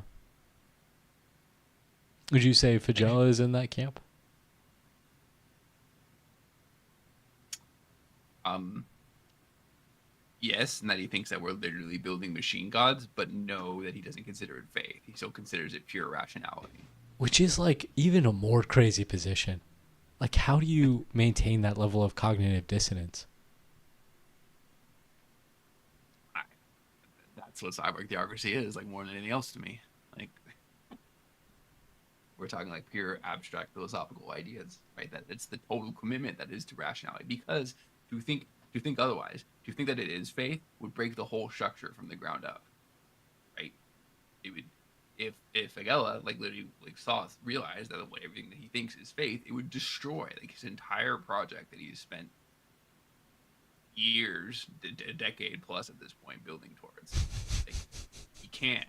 Like, he literally cannot. Right? Like it would destroy his entire life more or less. It's just not possible. Same with Yukowski, right? Like if Yukowski, he is totally committed. He cannot even imagine. He cannot conceive that like what he's doing is religious, that it's faith. Because if he, first off, like no one's really accused him like that yet. Like I think people call him religious, but like just to make fun of him, like oh, religion is irrational kind of thing, and he just brushes that off because say what you want about him, the man is. I will give him this. He's not irrational, right? But no one's seriously, I think, accused him of being faith. Like some people call him a cult, rationalism a cult kind of thing, and like yeah, but like no one's literally said that he is literally religious, like literally thinking religiously yet. And I don't know how he would respond to that, but I think he would probably just blush it off in some way because he can't, right? Like even consider that for him to even believe that what he's built over the last 20 years is not rational, but it is. I mean, or that what it has turned into a faith, that his total rationalism is a faith, that to evaluate all to the fact that you think you can explain all of reality by rational thinking and Bayesian thinking, like he can't think otherwise because it would collapse all of that. Right? Like, Yeah. it's just I don't know. It's kind of how it is. Right? It's just structural analysis that people are tied to the things they build and the way they've constructed their lives, and that's never going to change. Like imagine me if I was talking to Yukowski and telling him like this, right? I wouldn't change his mind, obviously, right? First, he would probably dismiss me because he wouldn't understand what I was saying, right? He'd probably think that I was mocking him, right? Instead of like literally calling him religious, right? I don't And know. then He's been taking the Antichrist stuff pretty seriously. yeah, but like he seriously in the sense that like he still doesn't think of himself as religious, right? He still thinks like, oh, I'm an atheist. That means I'm not religious, right? Like those categories are too separate in his mind. And again, even for him to consider otherwise, I just don't think he could even imagine that possibility. It's too ingrained in him, right? Like Well, to to get him to do so, it would like something would have to happen in reality that he cannot deny, right? It's something I would call like a rupture situation. Another important term in my theology is a rupture is when something changes in reality that forces you to reevaluate your beliefs and adjust based on information, the empirical information given to you. Right? yeah. And you would say that those ruptures are inevitable, right? Oh yes, there's always ruptures. Like Because every AlphaGo. idea Alpha, taken to the farthest extent ends up well, being its opposite in some way. I don't know if I would get into like think of it like that. I would just think like reality is always just in its complete sense is unknowable. So like we're always gonna, if we allow ourselves to be, like we are always gonna get ruptured if you're open to that, right? And to thinking of new ways of thinking, right? So like in my fifth seal, which is on deep learning, there are two ruptures that involve with deep learning, two events that cause people to totally change their attitudes towards deep thinking or deep learning, right? Which was first the ImageNet, the AlexNet, where AlexNet one dominated that. That was based on learning, 2012. Um, that's what made deep learning acceptable within the industry. Before that, it was like seen as being a dead end, right? Maybe you know about that one, maybe you don't. But the second one you do. The second one is AlphaGo, right? Like AlphaGo beating Sadol, like is what really put deep learning on the public map, right? And it's like, oh, this is real, right? And like we have to consider this that AI is real. That in some ways AI machine abilities have transcended human abilities, right? That caused a rupture. Before that, people didn't really take AI super seriously outside of the industry, or they didn't really think about it. After that, it was unavoidable.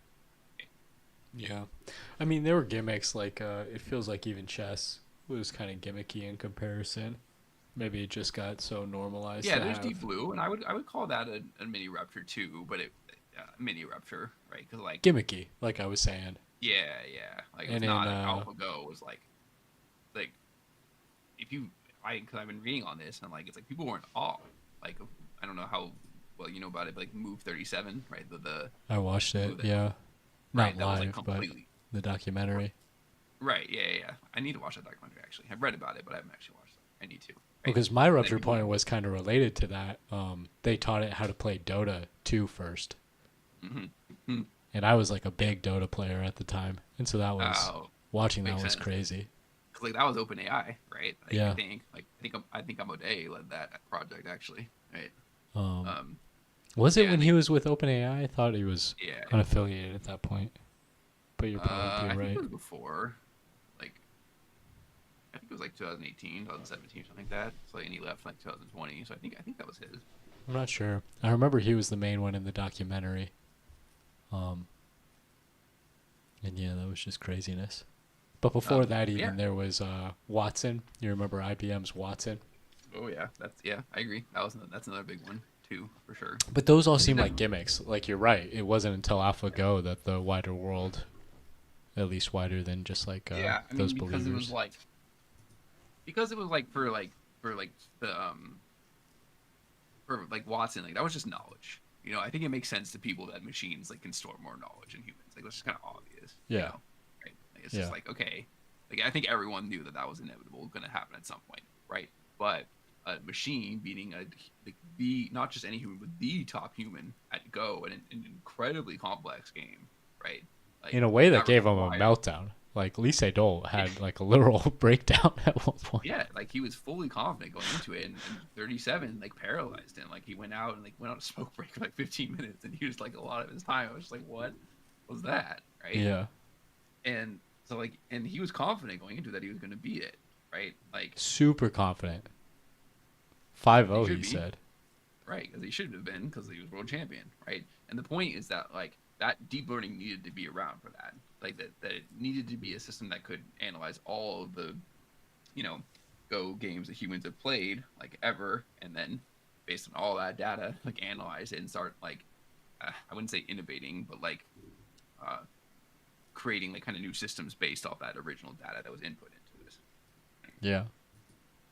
But anyways, that's just AI ruptures. It doesn't have to be like the 2016 would be like the election of Trump would be like a huge political rupture, huge, right? You see people all the time like those memes of like my politics before 2016, my politics in 2020, my politics now. Yeah. It's just them getting more and more radical, right?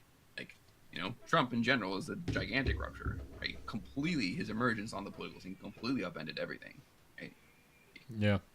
But anyways, those are just examples of rupture. So the point is that like it's just they're endemic in reality that it's just going to happen, and like, Well, and if you're not ready, you for know what them, I you're would not say? ready. I would say that's the Christ Antichrist process playing out. It is, though. I mean, look at Trump, your own example. He's like, compared to traditional Republicans, he was like an Antichrist figure. I'm not even saying that in like the end times apocalyptic sense, but even like a mini epoch sense. He was the Oh, I'm sure. I agree with you, man. antithesis of everything they had said they Did you, espoused. I know you did. You I posted a big thread about Antichrist on Friday. Did you see it? No, I don't think so. All right, I'll link that to you later. I went hard on it. I mean, it's very timely. And that's why Well, that's it's why I like did, with because it was Fagella, you were saying that he couldn't deal with it. And that is the whole point of like having Christ as a figurehead, is that he's literally the self-sacrificing God. So even if you have to kill him off, like Christianity was largely killed off through the secularization of the 2000s and the 2010s, Christ still has a way of coming back, baby. You can't keep him in the tomb for more than 3 days, typically. yeah, I agree. Like, yeah, I think Christianity is gonna make a comeback for sure. Do you think about the there's the representation in the Bible I can't remember where exactly. Maybe it's in Psalms, where it says that a day for the Lord is 1,000 years for us. Yeah, I mean, again, I, I don't really think about God's perspective like that because I don't really imagine God as a conscious being. You know, I'm just quoting the Bible over here, bro. I know. I'm telling you how I think of it. I would not answer that. I guess. Well, the thing that made me think about it is, can't you say the same for us and our relationships to the AIs? Like with their processing speed, a day for us is like 1,000 years for them. Well, okay. I mean, that gets into time and like is time like even like a objective reality or a human construction? And I would lean the latter, right? Like, Or, in my terminology, is speed ontologically prior to being? It's the same question. I mean, I guess because like yeah, to me again, I would consider time absolutely a human construction, right? And in fact, I would consider it like an enclosure, like something that's led to the enclosure and segmentation of our lives, Yeah, right? For negative ways, right? I don't So disagree. Here's where I'm driving towards, though, just to be transparent. When I talk about the whole Christ Antichrist process, yeah, you say you hate metaphysics, but you're defining an opposite to it. And that means eventually your rupture is going to have to be accepting physics or metaphysics. I mean, okay, well, you read my Antichrist then, because I okay, well, you read it and you'll see. I do think I sort of addressed with that, like implicitly. Yeah.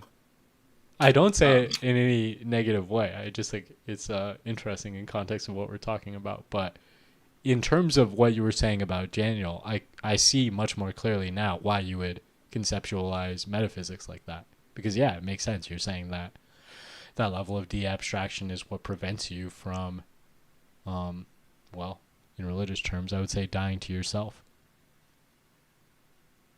I mean, yeah, and again, it's to link back to the control post that I think that it's like a deception of language to think metaphysically. Like if we didn't have language, I don't think we would think metaphysically at all because it takes us away like from thinking about our embodied reality.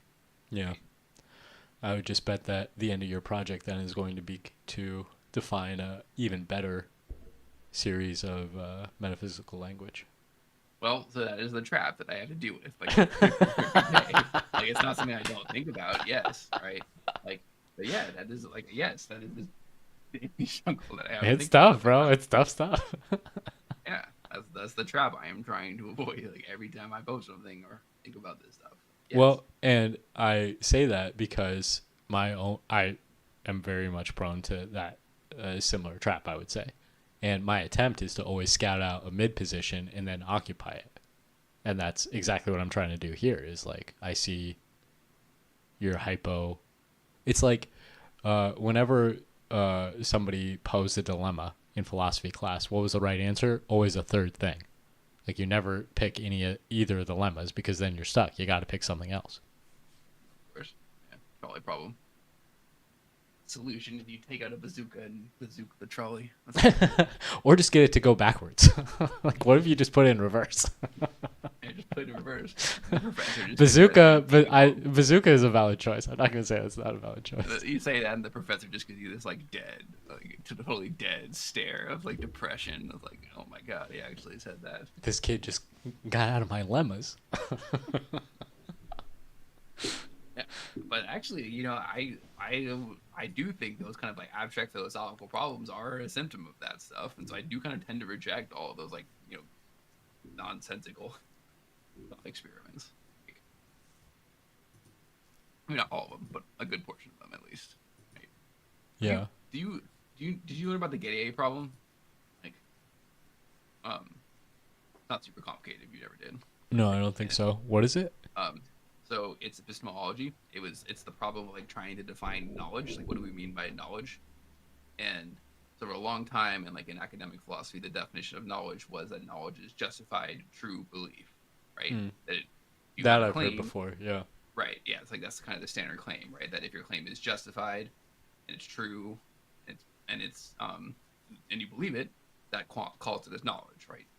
Setting aside what is true, what is belief, right? Like if those three conditions are satisfied, then that's knowledge, right? So Gettier was this random philosopher, totally random dude, like the 1950s or like 1960s, who published this like 3-page paper that completely annihilated the whole justified true belief thing, right? Because he basically gave a counterexample. Let's see if I can get it from the top of my head. So basically, the counterexample was, wow. All right, so it's like there's a farmer in a field, and he's trying to ascertain if there's like a cow in the field, or he sees a cow in the distance, and he's trying to think of that if it's like really a cow, right? Like, how does he know that it's actually a cow, like kind of super far away, right? Mm-hmm. See if I can remember this. Okay, so but what it is that he's actually seeing a rock, right? But behind the rock there is a cow, right? So so he thinks that there is a cow, that it is a cow that he's seeing, right? So his claim is justified because, um, cows are normally in his field, right? And he can see one, and it kind of looks like a cow, so it's justified to a certain extent, right? It's Mm-hmm. true because there is a cow there, right? And he believes that there's a cow there, so all three conditions are satisfied. But is his claim knowledge that what he sees is a cow? And most people say no, because he's looking at a rock or whatever, right? So, so this 3-page paper completely destroyed like this whole justified true belief thing. That it showed that those three conditions were not enough, right?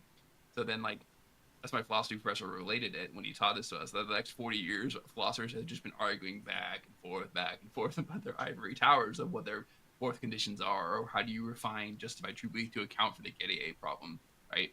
And the point is that it's never reached a certain consensus, right? Yeah. And to the point is to me that like I feel that it's just like an abstract, stupid question, right? That it's useless to kind of think about this in this abstract sense. Like, do we really need to define like what knowledge is? Like, I don't think so. Yeah. Well, this is why I keep coming back to this like idea of knowledge best being defined as da'at in the Kabbalistic sense, like which is an imaginary part of the tree of life. Like it doesn't actually exist. It's the abyss that people have to cross in order to make it to the upper Sephira, the upper whatevers. Maybe Crossing like Sephira. Maybe that's a good word for my levels of consciousness. Different spheres. crossing over in the sense that like real knowledge is not enough, or that true knowledge is impossible, or like It's illusory. There's no such thing as knowledge. There's the crown, there's wisdom, there's understanding, but then there's hesed, which is love. So between understanding and love, there should be knowledge. That's where its place is on the tree. It's usually symbolized by like a dotted circle instead of a solid circle, but it doesn't exist.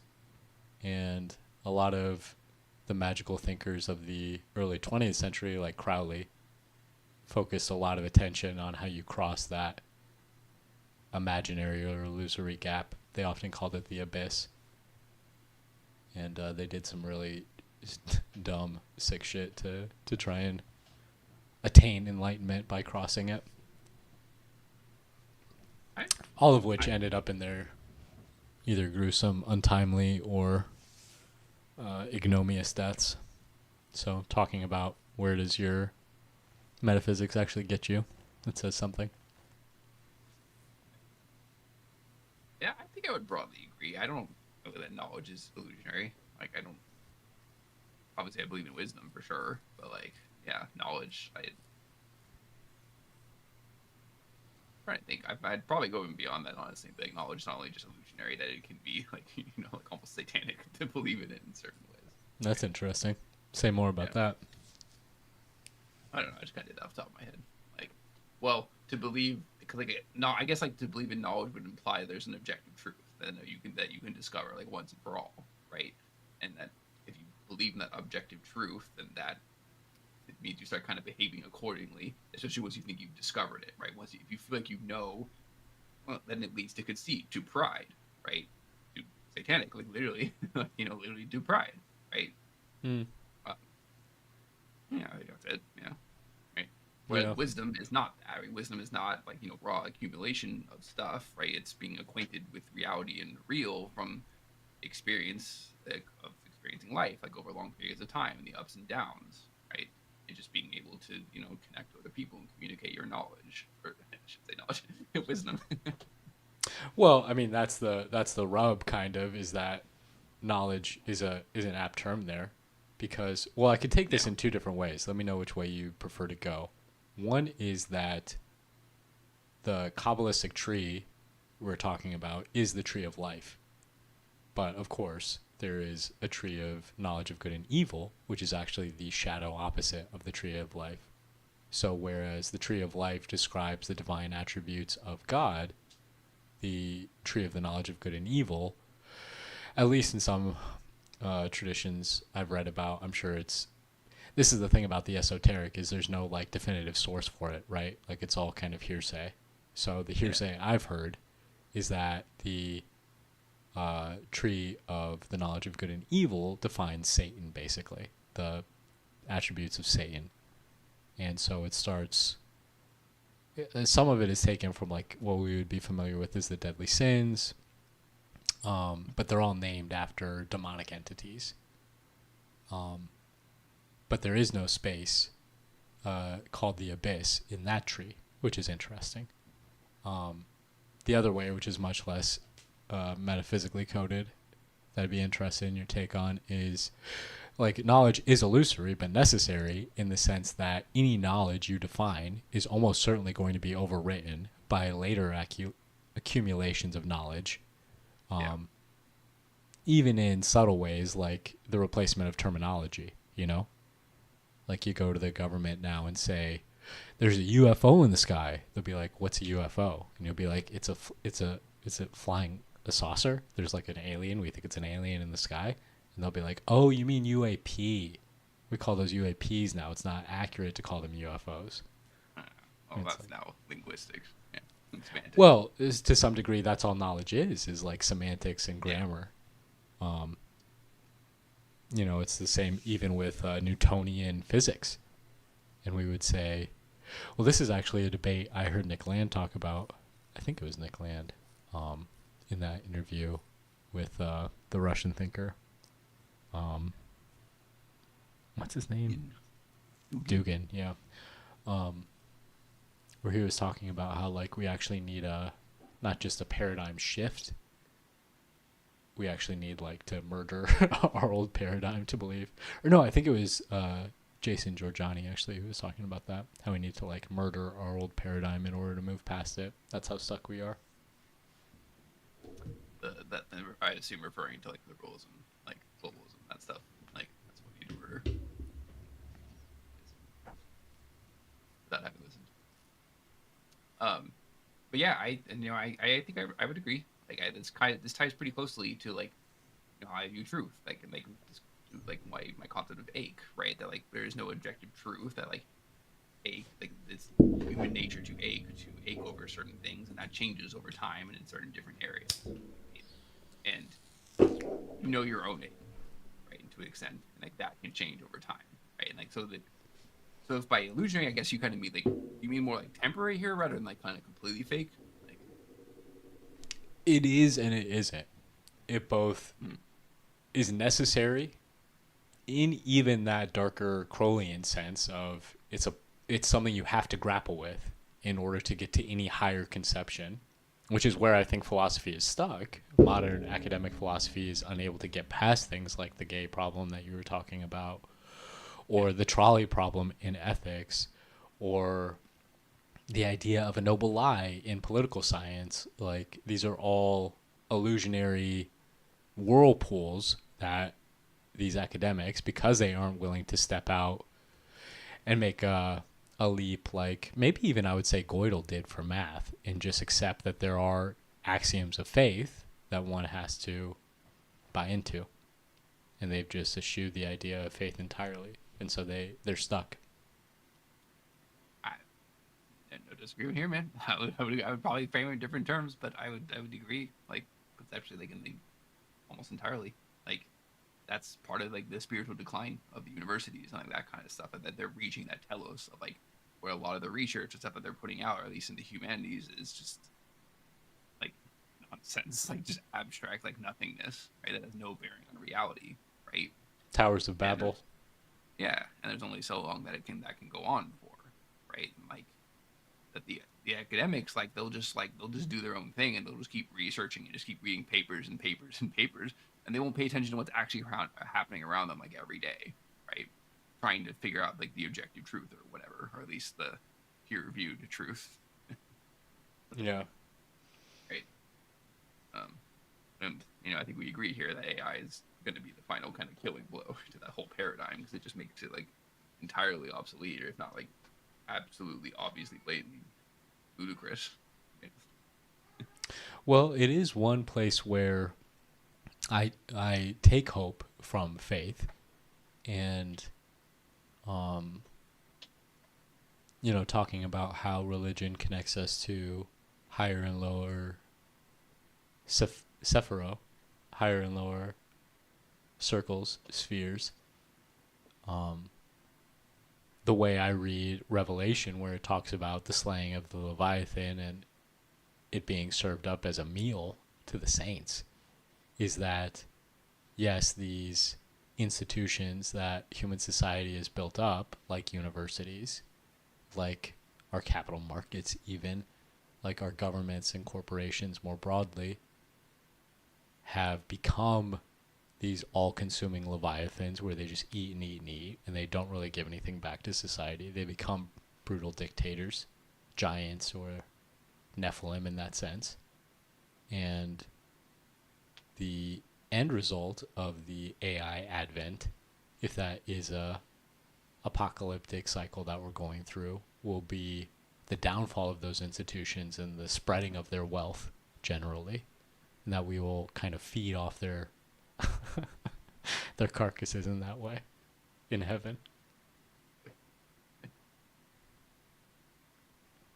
Yeah, I mean, again, I think I broadly agree. I just frame it in different terms, but I think we kind of see like kind of the same sort of thing happening. That the universities now they don't really, I don't know, they don't even if they were at some point pursuing knowledge for knowledge's sake and all that kind of stuff or whatever for the benefit of society. It's not what they are anymore. They're top down institutions to control, right? That it's not peer reviewed, that it doesn't count, right? Huh. Would you say that implementation of the peer review process was in some ways similar to the uh, It's not. self-censoring through It's language? not. It's not the peer review process itself. It's the sanctification of the peer review process. That like peer review in isolation is fine. It makes sense, right? That like you put paper and then other people should review it or whatever. Right?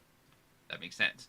Like when but it's turned now to a sanctification where like that's the only way the university that is the only way knowledge can be accumulated, right? That is the only method of expressing truth through different paradigms. That if it's not peer reviewed, then it doesn't count.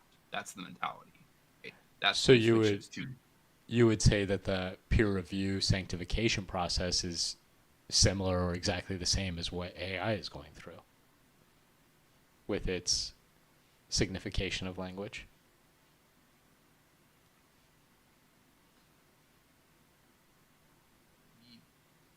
there are both stems from the manipulation of language. If that's what you mean by that, then yes, yeah, there are different measures of control.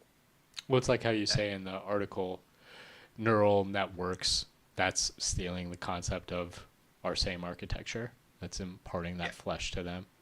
Artificial intelligence, that's again bringing in that idea of intelligence that can be artificial, that can be artificed, that can be made.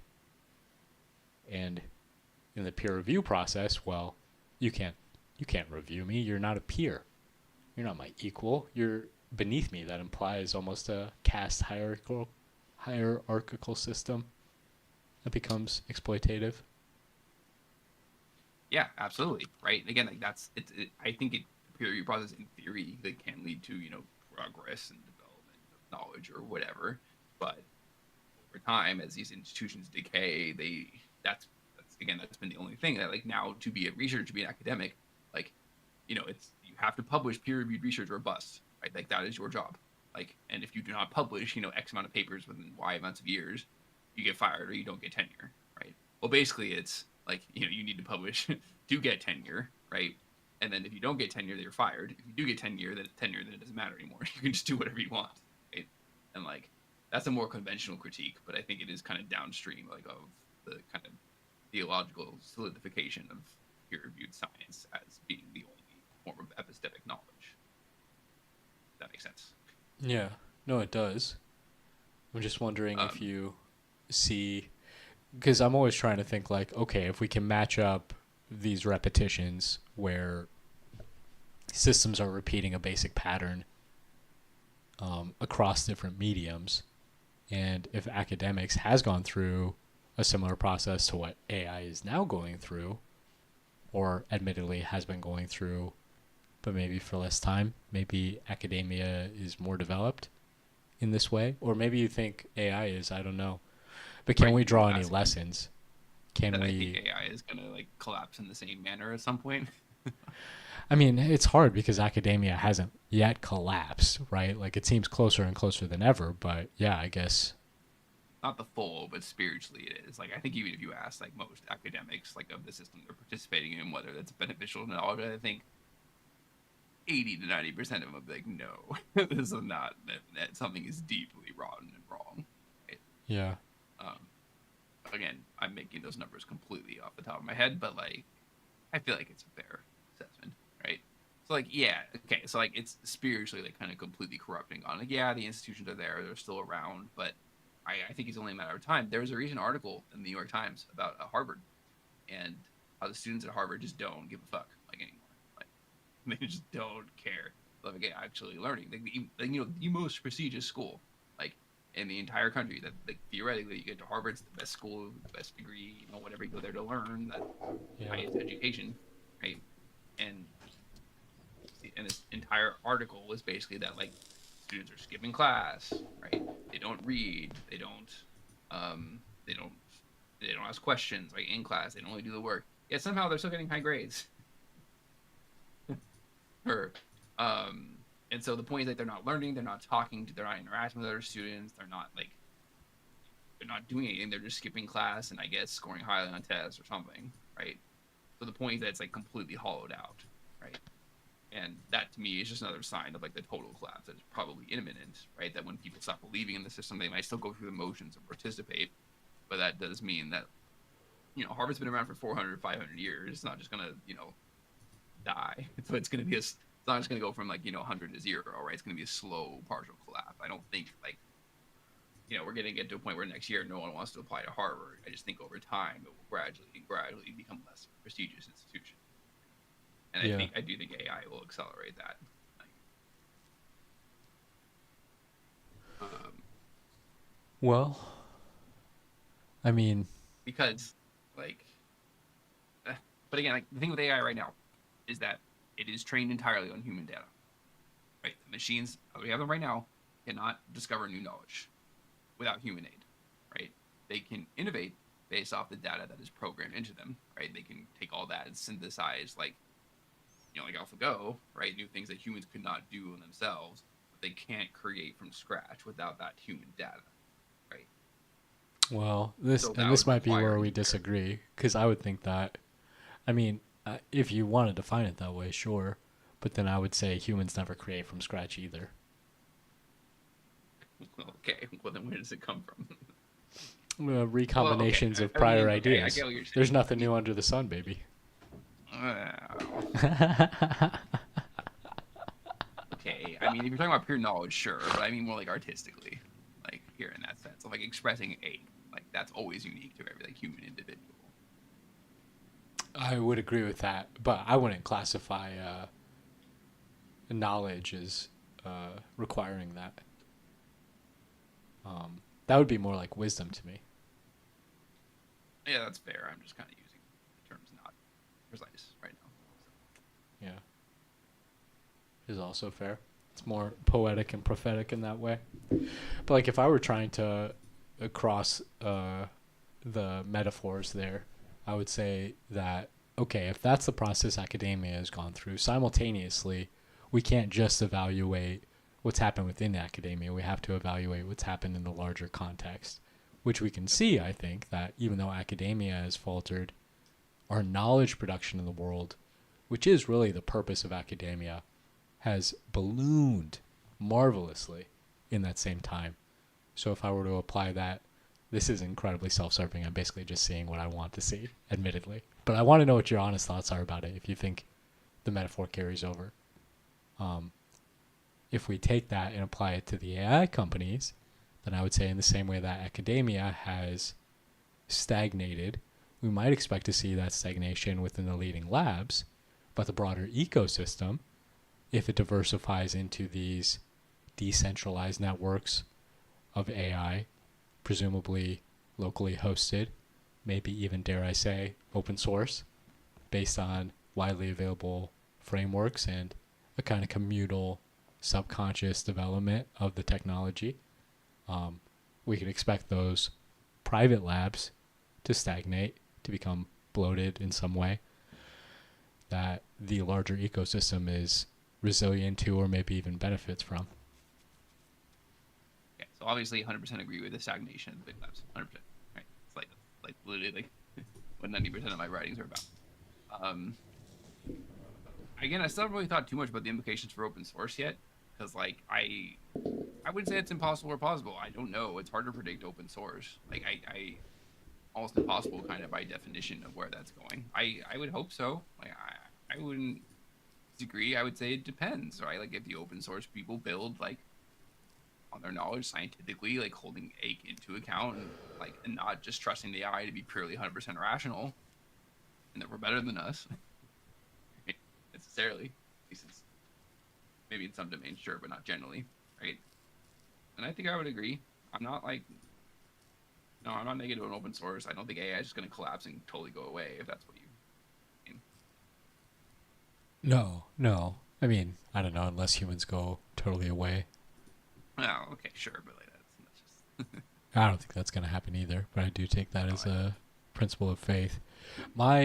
Let me see if I can translate this into something that makes sense for you, but like my um, main axiom of belief, I don't know if that's the best way to put it or not. One of my theological underpinnings, which is maybe just bad metaphysics, is that information wants to be free. I That know. yeah. So in your terms, if I were to translate that, I would say that aches to be known. That is in some ways a necessary component of ache is that expression to others who do not share it. I'm saying Would you agree with absolutely. that or no? Yes? No, yeah, 100%, absolutely. Yeah, So in that same way, like information wants to be free, ache desires to be known. It's like equivalent statements. I I just maybe substitute expressed instead of known, like the Expressed. subtle difference, but Ache desires to like be expressed. yes, like and where it's often is suppressed, right? Like Which especially about information is often charged for. That's like a key component of our modern economy. yeah.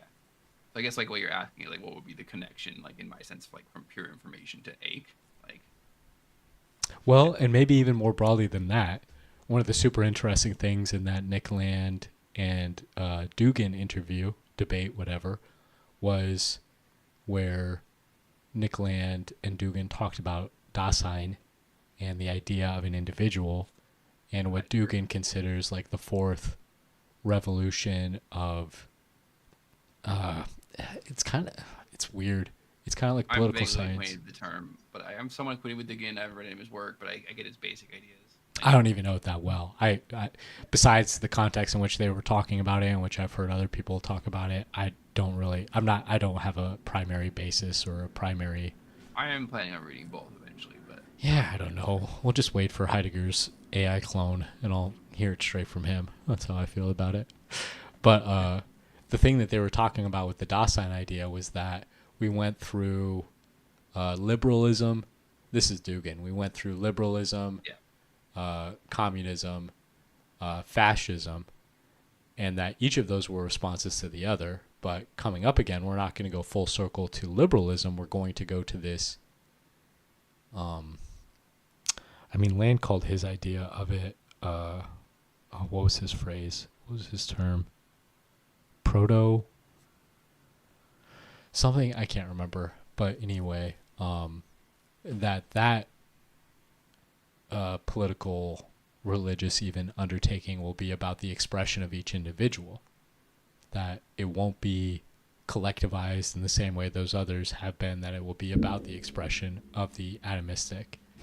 And partially what I'm wondering is if there will still be ability to translate between those. Because what I see people like you doing with your seals and Warrior Philosopher doing with his Substack is charting your own constellations in the sky, so to speak, your own arrangement of the same principal features.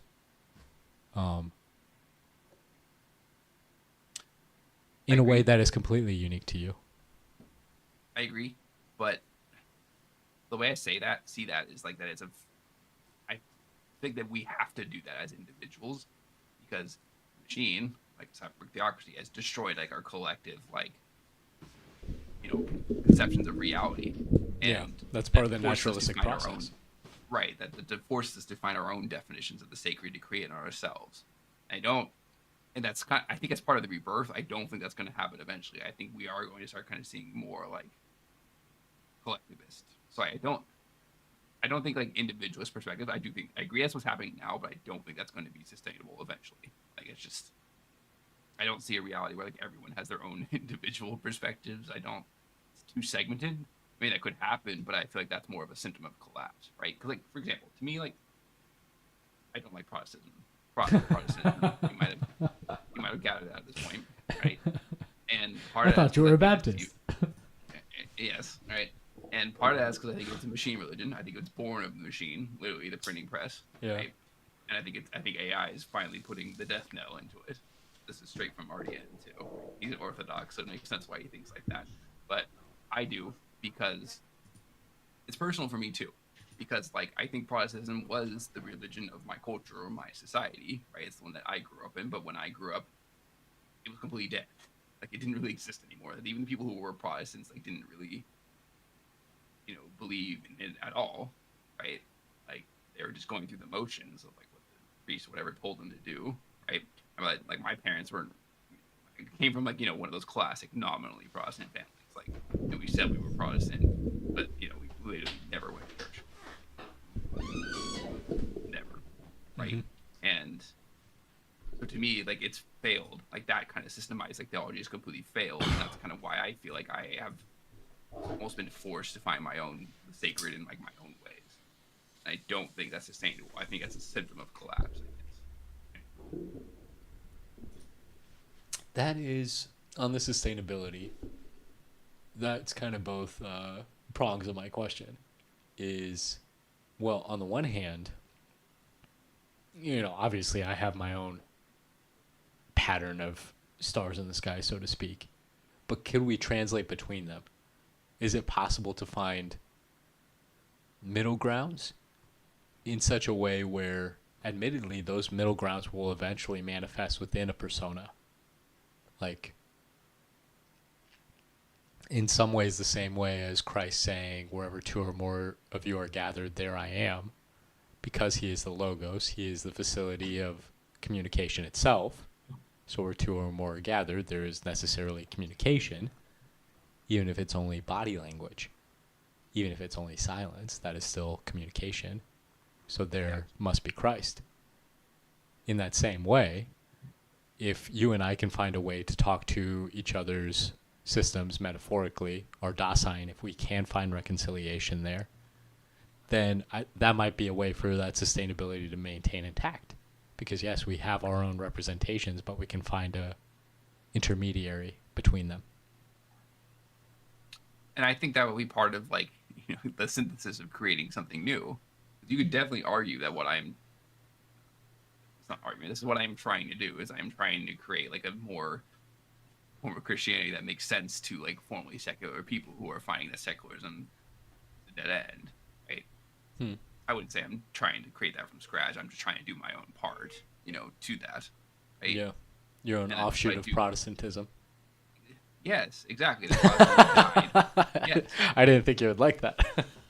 No, I do. Like, well, yeah, it is, but like an offshoot in the sense that like Protestant is completely dead, and like, Yeah, okay, L. Ron Hubbard. Okay, I got you. well, see that's the I'm balance, right? kidding. That I'm I'm not. kidding. That's a joke. Well, I mean, it is, yes, but like I Oh, am Jesus, trying. even that isn't. Well, it's something I have to fight against because like I'm not trying to create like doctrine or dogma either. God bless, dude. I feel the same way. There's a lot of hazards there too, where it starts sounding culty or whatever. Well, exactly, because we're so conditioned against that, like at this point, that like it's not, and even if We anyone have a tries lot to of be like, bad oh yeah, examples. There's a lot of ways oh, that. so many, and that's an offshoot of secularism, right? That secularism like presents any sort of like full religious belief or thing as culty. And a lot of it is, Yeah. right, in a very negative sense, right? But it's completely cut out the positive sense, and like any hint of dogma or doctrine is just like it's bad, and to a certain extent, like I do agree with that. Right? Like I don't. A lot of what I'm kind of trying to think about is like, yeah, of course, like how to navigate that. Like that's what my conception of ache is like really is trying to do is trying to create a theological concept that is not going to get encoded and like you know obeyed over time. It's something that can be reinvigorated and re-energized with each generation comes up with their own individual struggles, right? Which I think is what Christ did, what Christ embodied.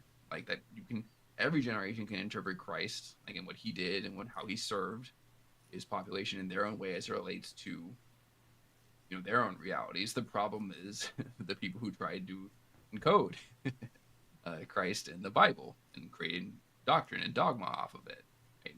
Hmm. Starting with Paul. I'm not a fan of, if you haven't guessed. Hmm.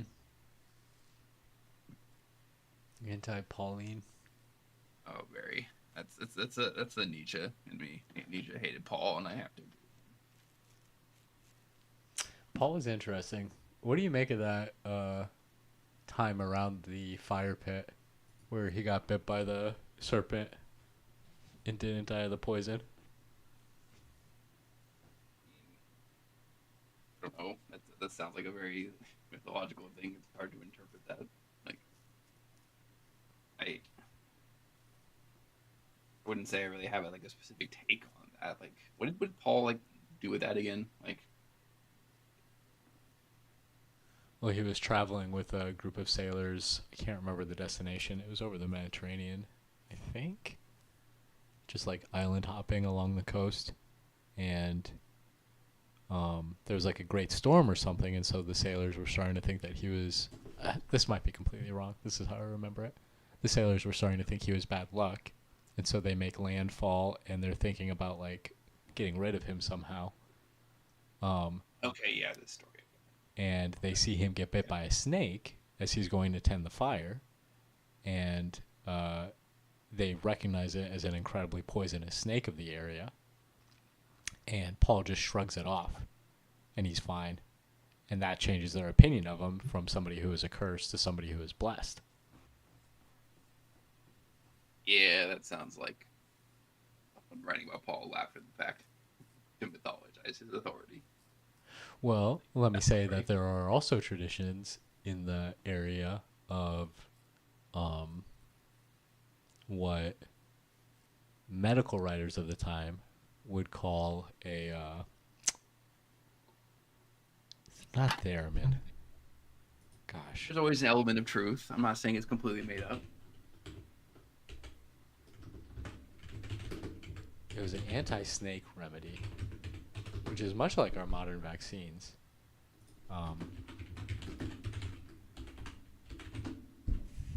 Theriac? I think it was the Theriac. Are you talking about like the where you like take like the small bit of the venom and then it inoculates you against it? Exactly. Which itself has its roots in a myth of Mithridates, Yeah, was I like was a okay. I Scythian. was literally just about to bring him up because I have the book about him, The Poison King. No Like, way! I love that poem, I bro. haven't read it yet. I haven't read it yet, but it's been on my list Oh forever. I my have it. god, it's so good. I made a Sora Yeah, song about it at one I point. have it right here. Actually, gathering dust on my shelf. Yeah. God bless. It's not So I even want to on read it. mine. It's just like it's too tangential to anything I'm doing right now, but I want to read it like so badly. Well, maybe I think that would influence your opinion on Paul. It'd be interesting to hear what you think of Paul after that. I mean, it's not gonna change. I'm gonna tell you that much. Like the reason I don't like Paul is because he's the one who I don't like the church. Like, and he's the one who lit more than any other one is who created the church. Like, and I'm just seeing your road to your to your rupture moment. Like I'm just seeing uh, you speak it into existence. That's what it feels like. yeah, yeah. I mean, Oh, no, you hate metaphysical language. You're inventing something better. Oh, you hate what Paul did to the church. Oh, you want to be L. Ron Hubbard. It's like, oh, where is this going to lead right. to? And I'm doing my best to like make it so that it doesn't get codified into that stuff. Well, that was my point about my post today on Revelation.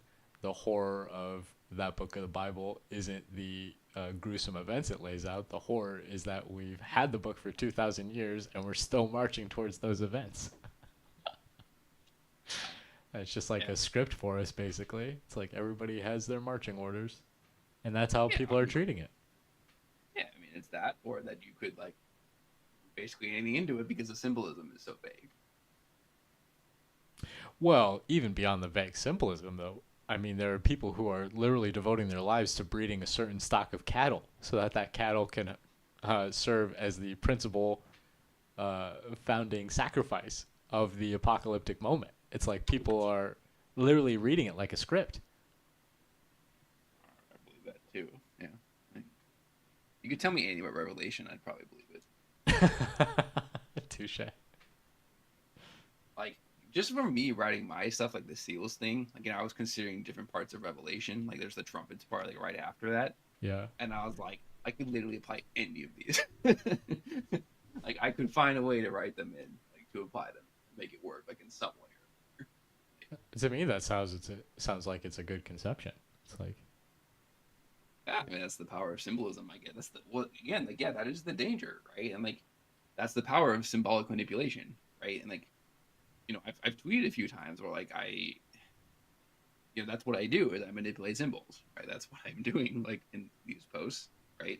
Like, um, but the difference is that I am consciously doing so. I am consciously like manipulating symbols in an attempt to end the symbolic manipulation, right? So that's what ends the cycle, right? And so that's how I come back at this. Like, yeah, that I am saying that I am a cyborg theocrat, like in that sense, right? That, like, and the end phase is the situation where like there's a refusal to symbolically manipulate. I'm not there. Like, very far from that. huh. Yeah. Um, It's if you want, there is a book that did a pretty good job, I think, of showing it's better than any I've seen. That shows up what a society that doesn't or refuses symbolic manipulation looks like. And I think you might actually like it because it is kind of an esoteric book too. One of those like weird like 1970s, 1980s books that was not published in the mainstream, but just kind of made its rounds like under the surface. what's the book? Called Camp 38. Camp 38. Never even heard of it. No, you wouldn't. I hadn't either until I, let's say, stumbled upon it. Um, but when I read it, it was like, wow, it's the closest thing that I've seen. That's like would be like to, and you probably won't even be able to Google it. I'll DM you a link, but like, it's like that hard to find. It's not like See it super on long either. Goodreads. Yeah, that's probably it. Cause like even like if you look it up, like it's like totally shrouded in mystery. Like the author is like, there's a name I forget. It's like a woman's name or something, but it's like probably not even the person who wrote it. Jill von Conan. Yeah, that's it. Yeah, that's the right one. Current model of Northern European lifestyle before Christianity. It has 1 rating and 1 review. I've never seen that before. here you go. Here's another. I'll DM you the PDF. Here's another esoteric PDF for you. Gotta love the esoteric PDFs these days. They're like the new Pokemon cards. It's not it's really it's not super long. It's like 150-ish pages. Like it's really interesting. It's like a I almost kind of think of it as like a reverse like dystopian novel. Uh-huh. Like you know how like a lot of dystopian novels start with like making everything look utopian, and then eventually it gets unveiled that oh my god, this is miserable, everything sucks. You know, like Yeah. but it's kind of the other way around. Where like in the beginning it makes you think that like oh my god, this is a dystopia, everything's crazy. But then as you go and more along, it's like I don't say it becomes a utopia, but then it kind of grows on you, and you kind of see what they're trying to kind of do, and it sort of makes sense. And so basically, the Camp 38 is this like theoretical like society outside of mainstream quote unquote society, where like they design it a society that rejects symbolic manipulation, that like is essentially like completely rejects ideologies, like all that kind of stuff, and like they're just but it's part of their theology, like basically that like you are essentially sinning if you partake in any sort of symbolic manipulation that are divorced from reality, from embodied reality. But I won't say anymore. Like if you want, you should read Is that a form of symbolic uh, it. No, that's manipulation always the itself? thing. All right, that's. I mean, well, Self-defeating arguments, from man. me saying it, yes, but like if you when you see it in the book, you'll see that like the way that they phrase it, they refuse to like they sense when the manipulation is happening, and they will say like it's hard to. It is weird. Like it's hard to explain. Right? It's interesting. I do wonder if I'll definitely check this out. I'm looking through it now, but I do wonder if Dugan and Land kind of have the answer to that, the inoculation to that problem is that, well, if we all have our own cults, then there isn't really a cult. You know, it's like you can't have a manipulative, ultimately, what's the right disease term for a cult? It's not like parasitic, although it is kind of. It's like an ant Well, colony type of well, you know parasite. what it is. It's cult, but like in the historical cult sense, like a Greek cult sense, like before modernity, like you know, pejorize the term, right? Yeah, maybe it's so uh, scapegoated now that I can't really hear your sense of the meaning of cult. Like devoted to, when I think of cult, I think of devoted to a particular drug practice. The cult of Isis and Osiris were about mushrooms, about dung, about the Beatles. The cults of Yeah, I just mean like Dionysus was yeah, about that's what I mean. But like, that's hallucinian. not like yeah, those are not the sense of cult where like you know, there's one like demagogue leader that everyone follows, does what he says and follow, right? Like so, and that your sense is what I'm referring to when I say cult. Yeah. I just like again, like I agree with Landon Dugan. That's probably going to happen. I just don't think that's sustainable. Like, how do you collect the collective nature out of a bunch of individual? And also, I also don't think everyone is built to develop their own conception of reality. Like, um, don't get me I don't wrong. know, Just because I man. can doesn't make me better than anyone else. I don't think the fact that certain individuals have the ability to do so to do high level philosophical thinking or whatever, right? That doesn't make them superior anyway, right? Like, Well, I agree with you that there is always a leading edge to these kind of developments, that there is feet first to any kind of process like this. But in terms of do people create their own realities, everybody already is. A lot of people are doing it yeah, subconsciously and they have no interest in doing it consciously. That's probably the truth too. But yeah, does sure, that but mean that's that they don't derived have from an implicit reality? That they don't have something that an AI could pick up on and facilitate eventually? sure, but those realities are derived from shared cultural realities too. Like, Yes and no. I think that is part of the whole process of the Tower of Babel curse being lifted, is that we are not only translating between different languages, but we are going to be translating between each other's language. That's the process of um, translation between you and me that I was talking about, is that we each not only have our own way of piecing together the puzzles that we've been given, but we each even have our own different shapes of pieces. And so oftentimes I think when people argue, when there is not only debate but even outright war, I think that is because a miscommunication of purposes, of base content, of cultural understandings. There are all these ways we get mistranslated across, even individuals speaking the same language. And I think part of the translation process that I'm talking about, where between any two viewpoints there is necessarily an in-between point that understands both views in a kind of chimeric way, and can, if that is in a person, explain to both other parties what the right language is. Is this just Hegel? I don't know. I don't know Hegel enough. Maybe. I don't either. Nobody does. Like, you know, all know is dialectic, which, as far as I understand, is not even really real Hegel anyway. Thesis, synthesis, or thesis, antithesis, synthesis. From what I've told from people who have actually read Hegel, that's not even really like actually Hegel. But I don't really care. That's the interesting part. So that's all I care about. Well, no, that is a good point. I think that is totally what I'm explaining. But Yeah. I don't know if Hegel would say that the thesis, the thesis, antithesis, and synthesis. Do you just come up with that as a tongue twister? It's like, I hate that right now. I mean, whatever it was in German. Right? Yeah. Der Wonkenspiel, der Klonkenspiel, and der Wagnerspiel.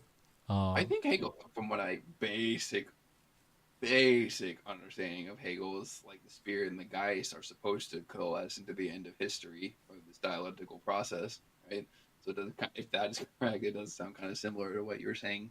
Yeah. But are you saying that like conflicts only arise from miscommunication, like only or partially? Yeah. Ooh, that's tough. Well, that is the question, because like to me, it's like I do think we are going to form like new religions, but I don't think I think at some point the religions are going to crystallize, and we're going to go back to like, you know, Middle East is Islam, right? And the U.S. is Christian or whatever, and I don't think there's going to be any resolution between those. It'll just be more like you have your own area and you have your own area, right? There's going to be conflict between those, right? Speaking of which, actually, that reminds me, I've been meaning to. This is another thing I wanted to introduce you to at some point. There's an Islam like kind of accelerationist like movement. Get out of here. I don't know if you ever heard of it. Yeah, I take you out. They're not mainstream like at all right now. Bro, They're I pretty love minor. But I follow a couple of them on Twitter. You should definitely check them out for sure. It's not I'll DM you. Like, yeah, it's called it's called like SAFE is the acronym. Oh no. It's crazy how well. I wish I could share my screen like on Twitter Spaces. I want to show you. Like they have a whole website and all that stuff where they outline their total, you know, the whole world view and all of that stuff. Right? That's incredible. Are they of a specific tradition of Islam? Within Islam, I couldn't tell you. I don't know Islam itself that well. Like, I think they are trying to restore Islam to like its golden age kind of thing. So I mean, they got their own apocalyptic Mahdi prophecy too, right? I haven't read the Quran or anything. I have basic middle school knowledge of Islam, so I think it's only some branches. It'd be like the Baptist, basically, of the Muslims that believe that there's a end times figure. Basically, first I'll DM you this article. Kind of explains the basics, and then their website, I think, is in that article. They're not like this is basically they're just Twitter right now. Oh, Twitter SAIF. That's so funny. Yeah, SAIF, right? But if you go to their website, like it's legit. Like it's not a great website to read, but like it's legit in the sense that they have like, you know, a whole philosophy outline, techno-optimistic philosophy outline that they understand the dregs of modernity and how and cybernetics and AI and all that stuff, and it's very modernized, right? And all that stuff, and they're accelerationist, hard accelerationist, but they're not hard to explain. They're not, but it's very decentralized too, but like almost like infiltrationist. like safe members will the kind of their plan is like to infiltrate like governments, either in Islam or the West, right, and spread the movement like under the surface. like that kind of thing. So it's a very subterranean movement kind of thing, accelerationist movement. It's fascinating. It's absolutely fascinating. Like you should definitely check them out. It's very interesting. I Yeah, do follow. There's a, wonder. I mean, this to me is a but very. also they're very public about it on Twitter, so I don't really, like hiding it, but whatever. That's the thing is like that seems to be a self-defeating tactic where, I mean, maybe you're just betting that the society won't wake up until you've parasitized them to the point I where you think that is can. kind of what they're getting. They definitely have like an elitist aspect to them that like they feel confident enough to put their beliefs out there, and that their people are still not going to understand what they're doing anyway. They're even Like, quoting Nick Land. Oh my God. oh, these guys are legit, like for sure. Like, He's yeah, like they. endlessly quoted in SAIF circles. Wow, what does that say? Uh, They're quoting Nick Land? What the F? they're definitely legit. I'll put it like again in fact that they have some sort of like coherent vision, right?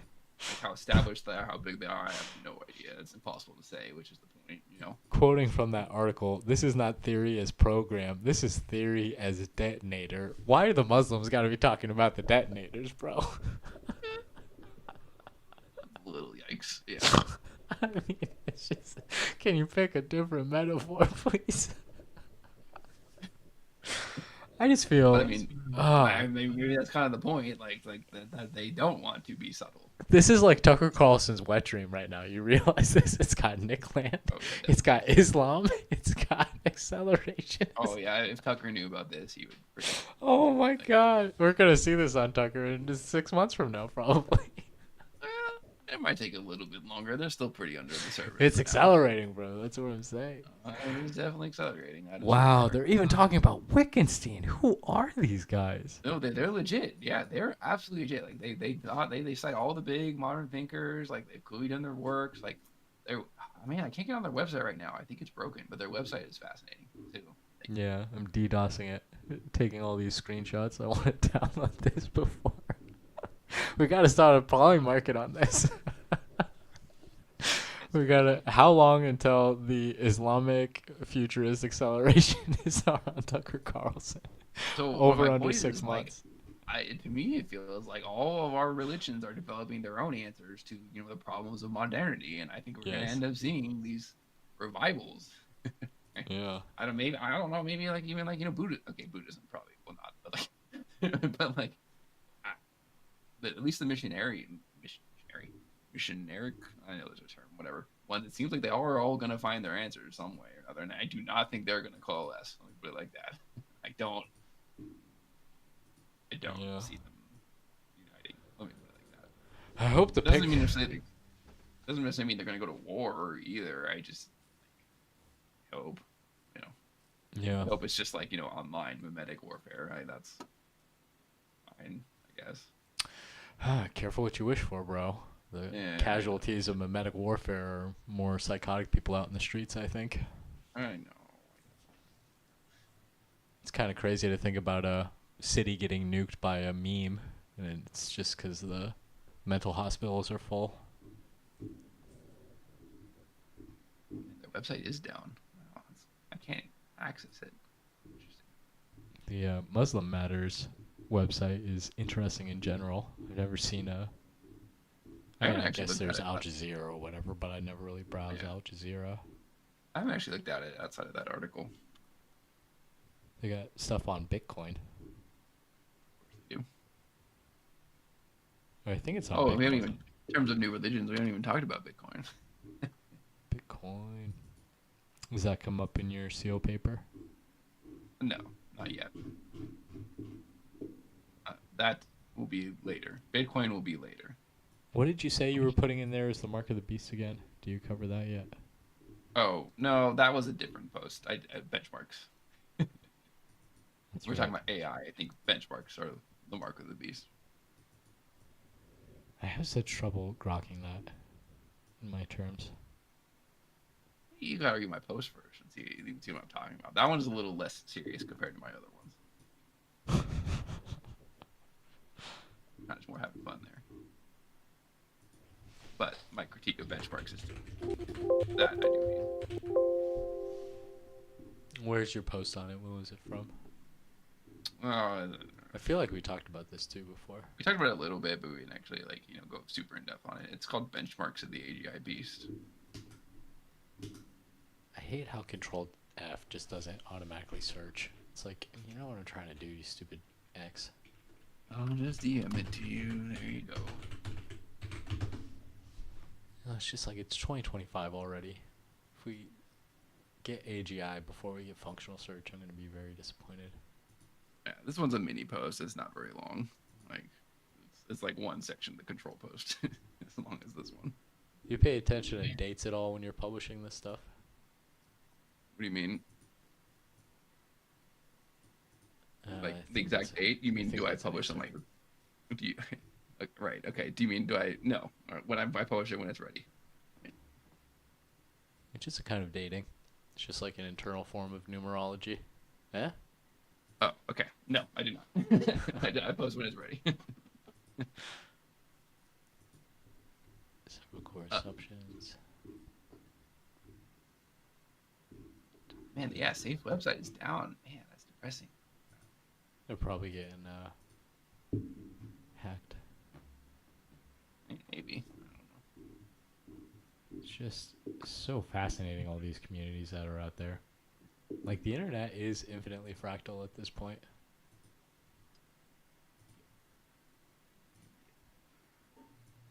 Whistleblower exposes aid organizations links. Huh. Very, very interesting. It's crazy to find like a site dedicated to covering a facet of news that I've never seen in English so fluently. You know, it's like, Yeah, I haven't even looked at that actual site. I should do that. I just found that article on Twitter somewhere, and I was like, oh my god, there's an article talking about Safe. And I was like, wow. I haven't actually gone to that site more beyond that. do you think it's jingoistic to say that America, in some way, like, not just practically, but in a cultural sense, birthed the modern internet? Like, the internet is, even if it's segmented off in, like, behind the Chinese firewall, is still American in some sense?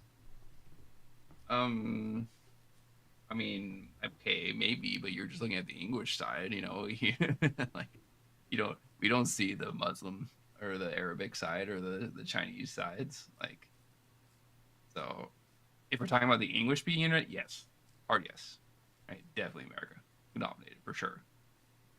Outside, I don't know, like I couldn't tell you, I have no idea.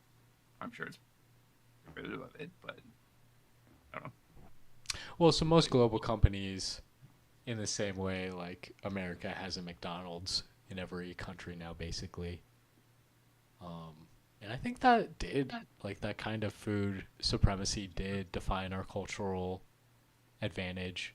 Like, having your restaurant in another country is pretty damn powerful, actually, from a It's a cyborg cultural theocracy, perspective. baby. That is ultimate cyborg theocracy, like the machine spreading of American culture. It's not even like soft power. Yeah, it's like, I don't Oh know. yeah, I mean it's only, oh yeah, it's soft power in the conventional sense, I guess, but like no, it's hard cultural power. Like that's, I think it's pretty universally acknowledged that that's, I wouldn't say caused the collapse of the Soviet Union, but it was definitely like the nail in the coffin. Let's put it like that, right? Once a lot of these American products like blue jeans, like TV, cultural stuff started infiltrating the Soviet people in the Soviet Union. Right? That's so horror Babylon coded. It's Yeah, like, you I gotta try mean, our blue jeans in Soviet Russia instantly. no, yeah, that was a huge deal.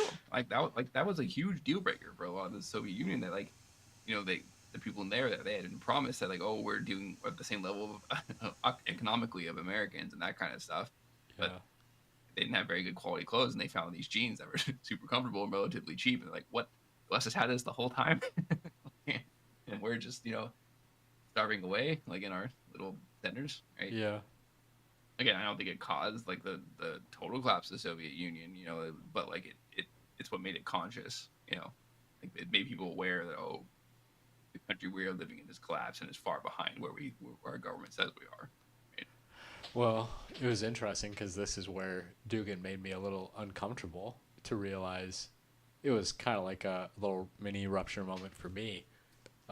In that interview with Land, he talks about how um, Russia has already gone through the kind of totalitarian collapse that now the United States is going through.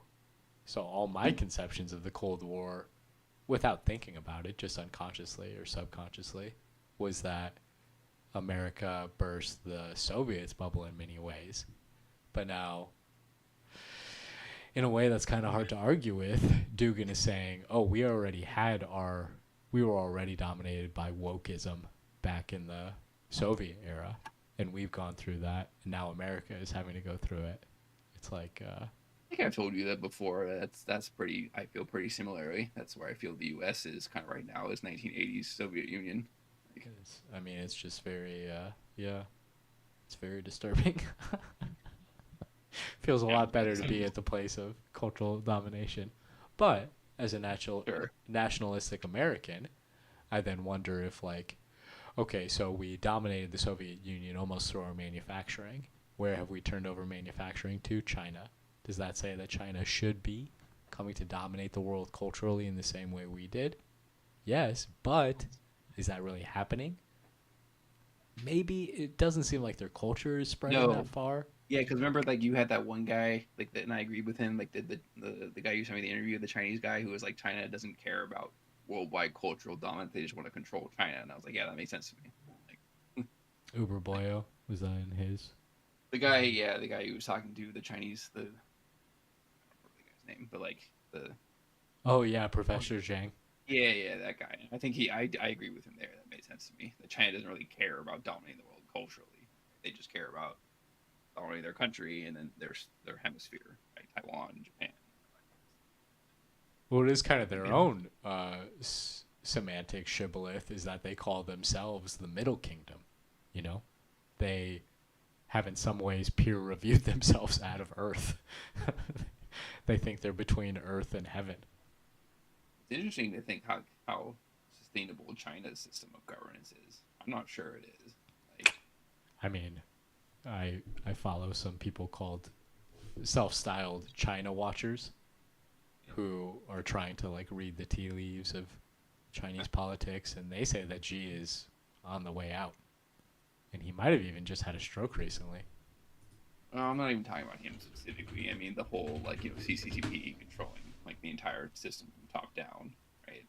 Like, and obviously their AI stuff enables that, but I don't know how sustainable that is long term. I don't know that it does enable it. I think that part of the slowdown we've seen with DeepSeek has been that they've been co-opted into the CCP regime, that they have their own little state monitors on staff now too, and that's Oh, I probably agree that it's definitely slowing down their progress. Like, I mean, I was talking about the surveillance stuff, like the AI surveillance stuff, like keeping their population under like that tight level of social credit score, that kind of stuff. I don't know how sustainable that is. It doesn't yeah. Well, I like guess. intuitively as an American to me it doesn't seem sustainable, but maybe that's just my American view. Oh my gosh, she's President. This is another of those twister names. President Xi Jinping suffered a stroke during their plenary session. Oh wow, that's like super recent. This was just published. It's No. funny how a lot of these like dominant world leaders are all super old. Maybe a lot of them. Oh, I don't know if Interesting. this is reliable, actually.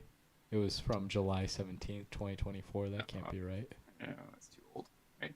Still, he's pretty old, isn't he? Like, Well, and that's part of the thing is like, according to the China Watchers, he's had signs of surgery in the past 12 months. And he's also being opposed by a cohort of people who were previously very permissive of his rise, but more recently have started to see him as a dictator. And so they are trying to pursue a series of de escalatory measures with the United States. An actual, according to the China Watchers, so who knows if it's accurate, I but do think we're going to be in an interesting situation in like 5 to 10 years. I think we're going to be in a couple of death of Stalin situations with Trump, Putin, and technology that it's going to be uh, very interesting to see what happens when those guys are gone. To put it like that.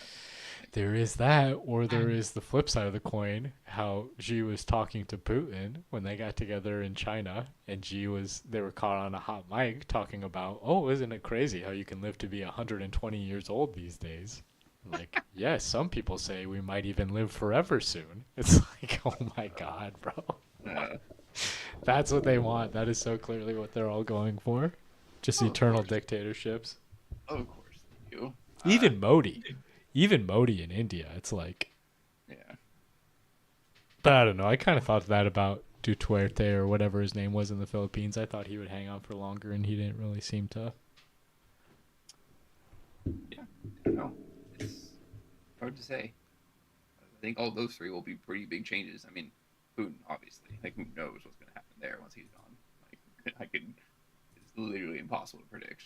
Like, like it, Russia's so tied to him governmentally right now that it's not possible to conceive of what could imagine once he leaves, right? Yeah. And I think same with Trump, but in a very different sense. Not that I'm saying he's a dictator, but I think culturally, like he's a lightning rod right now, of like for both good and bad, right? Kind of by design. Like once he's gone, that's going to leave this whole like vacuum, like of authority that's just going to be gone, and who knows what fills in there. Like, I don't think Vance is going to step. I don't know. He's serviceable as a politician, I guess, but he's not gonna. He's not Trump level culturally for sure. Like so. No, definitely not. Right, and like so, like I think Trump, like literally just because of his aura, is like one of the only things that's even propping up our system, like at all. Yeah. Yeah. It's, I don't know. Trump was Yeah, talking about a third term not too long ago. no. I can see it happening. I mean, I don't. The only thing I think it wouldn't happen is he's freaking old, man. Like I don't. You're not. What is he? 83 now? Like I just don't. There's no way him and his lifestyle is gonna really hold up past like 85. Well, There's you no know, way. some people say he might live to be 120 or maybe even live forever. Uh, That's the conversations that all these guys are having. I'm sure it is. I know, like Peter Thiel, he's the poster child for that. Yeah. It's so funny that he called Yankowski the Antichrist. It's like he's just throwing out random accusations now. Oh, it's not random. It's not random. Uh, It's very calculated. Everything Thiel does is calculated. That's the whole thread I made was in response to that, like him calling Greta and like Yankowski. And it's very calculated. Everything that Thiel is calculated. There's no way to yeah, assume that. I'm not saying it's maybe. going to land. I'm just saying it's calculated. I think those calculations work until he becomes the subject of them. Well, oh, okay. Again, I'm just going to recapitulate my whole thread now. But like I think he senses that there's going to be an anti-tech movement, like anti-AI, like or an even more broader speaking anti-tech, and he's trying to get ahead of it by pre-labeling the opposition as the legionnaires of the Antichrist, basically. Yeah, But my point is that the whole symbol of Antichrist is so like hollowed out now, like so meaningless because it's been manipulated for so many ways over centuries that it's just going to backfire on him. Both because it's an empty symbol and because people are going to turn it back on him because it's an empty, or already are turning it back on him because it is an empty symbol. So I don't think it's going to work out the way he thinks it is. yeah. It's it's hard to be a part of your own plans. I mean, it's worked for him this far. I'm just not sure it's going to continue working. It's one of those things though where it's like it all is until it all isn't. You know, it's like yeah, your plans work, and then you cross a threshold you don't realize is there, and suddenly news spirals. It's the same thing that happened with Trump and the Epstein files. You know, he thought he could just sweep him under the rug, but he didn't realize that that was a pivotal piece of his Well, support. hasn't killed him just yet. Like, I don't know. I don't think it's over yet. I think that one's No, gonna I don't drag think so on. either. I just don't think it's killed him yet.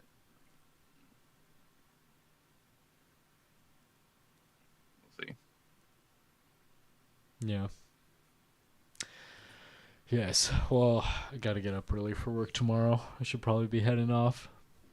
Yep, I'm already turning into. God bless. Be Lilybet, thanks talking to for you. joining. Hope you have a good night. And we'll have to get back to your essay at some point here in the future.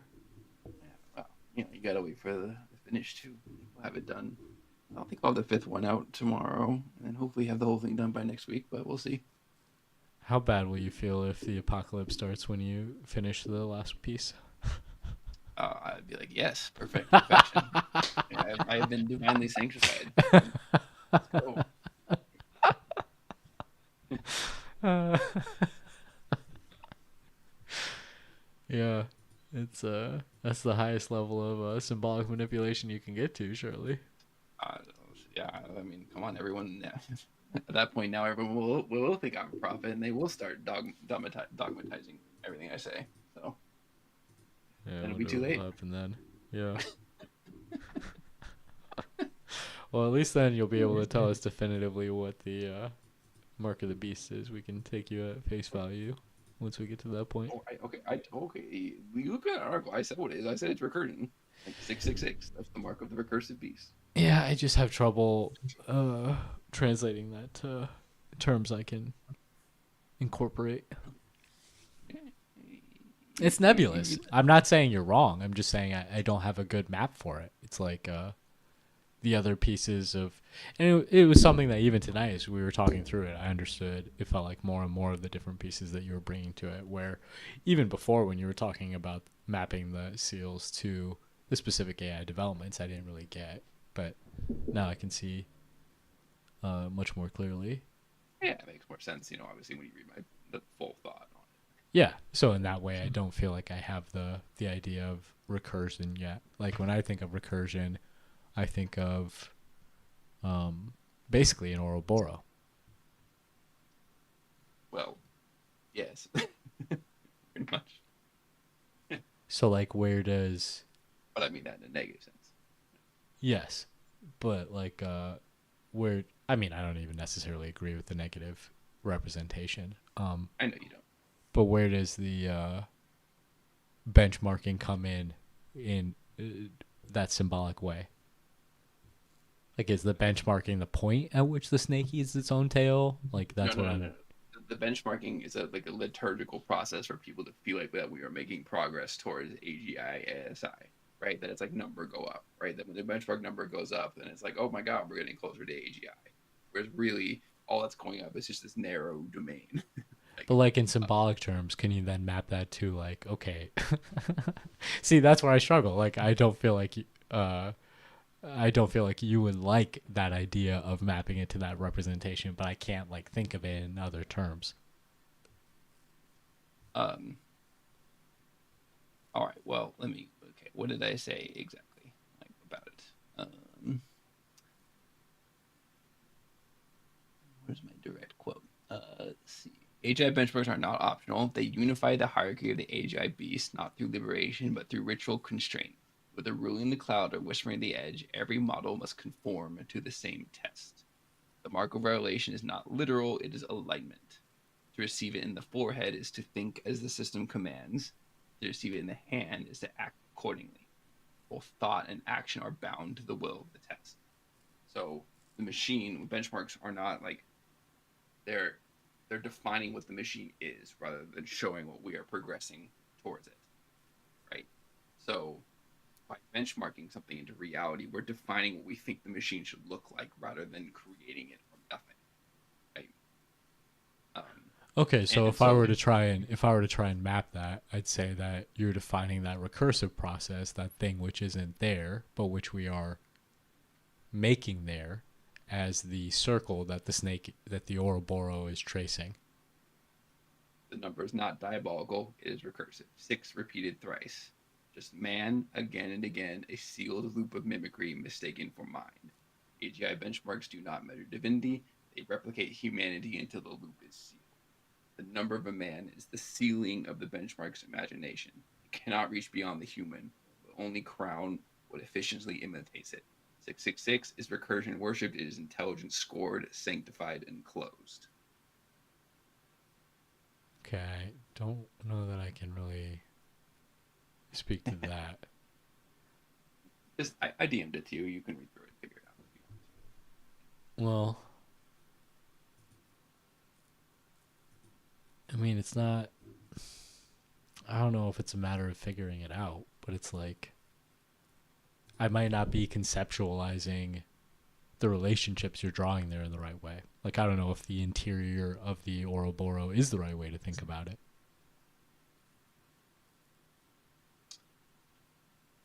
to.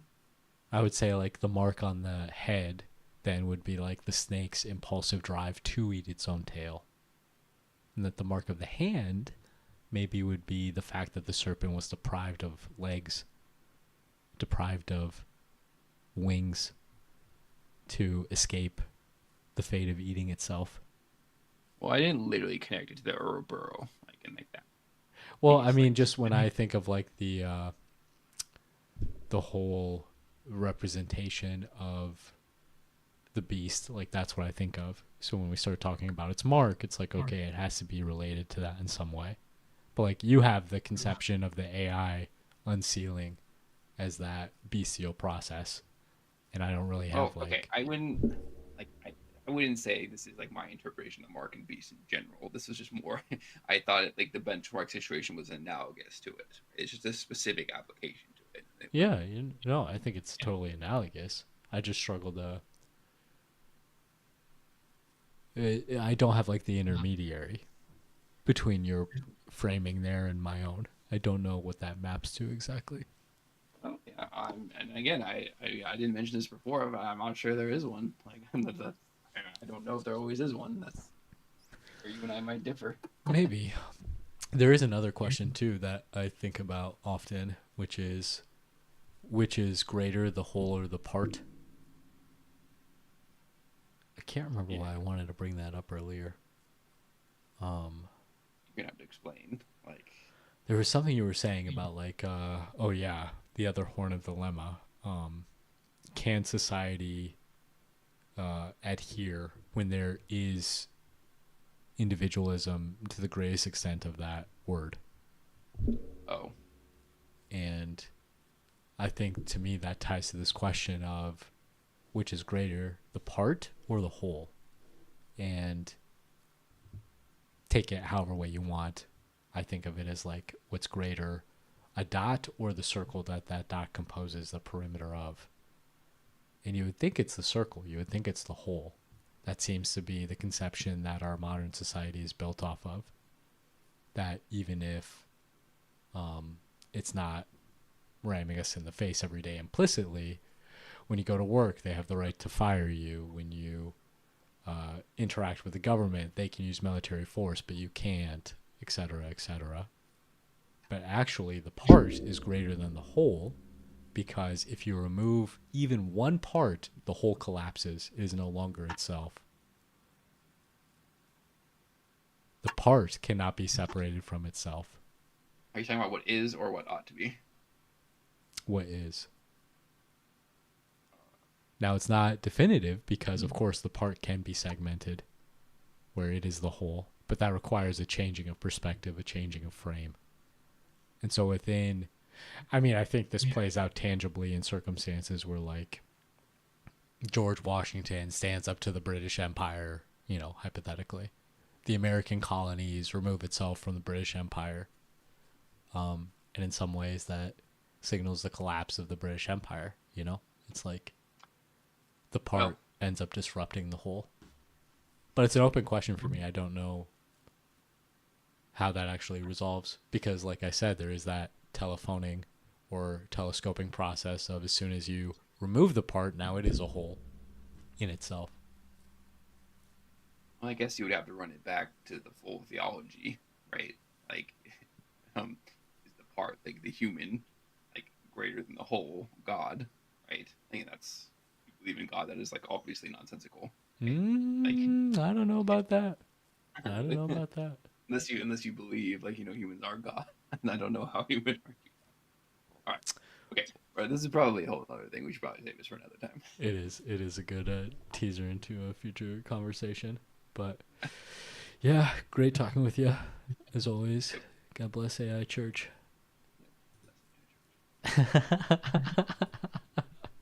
Never escaping it into existence. But Exactly. I'll see you next week at the latest, man. Hope you have a good night. Yep. Later. Later.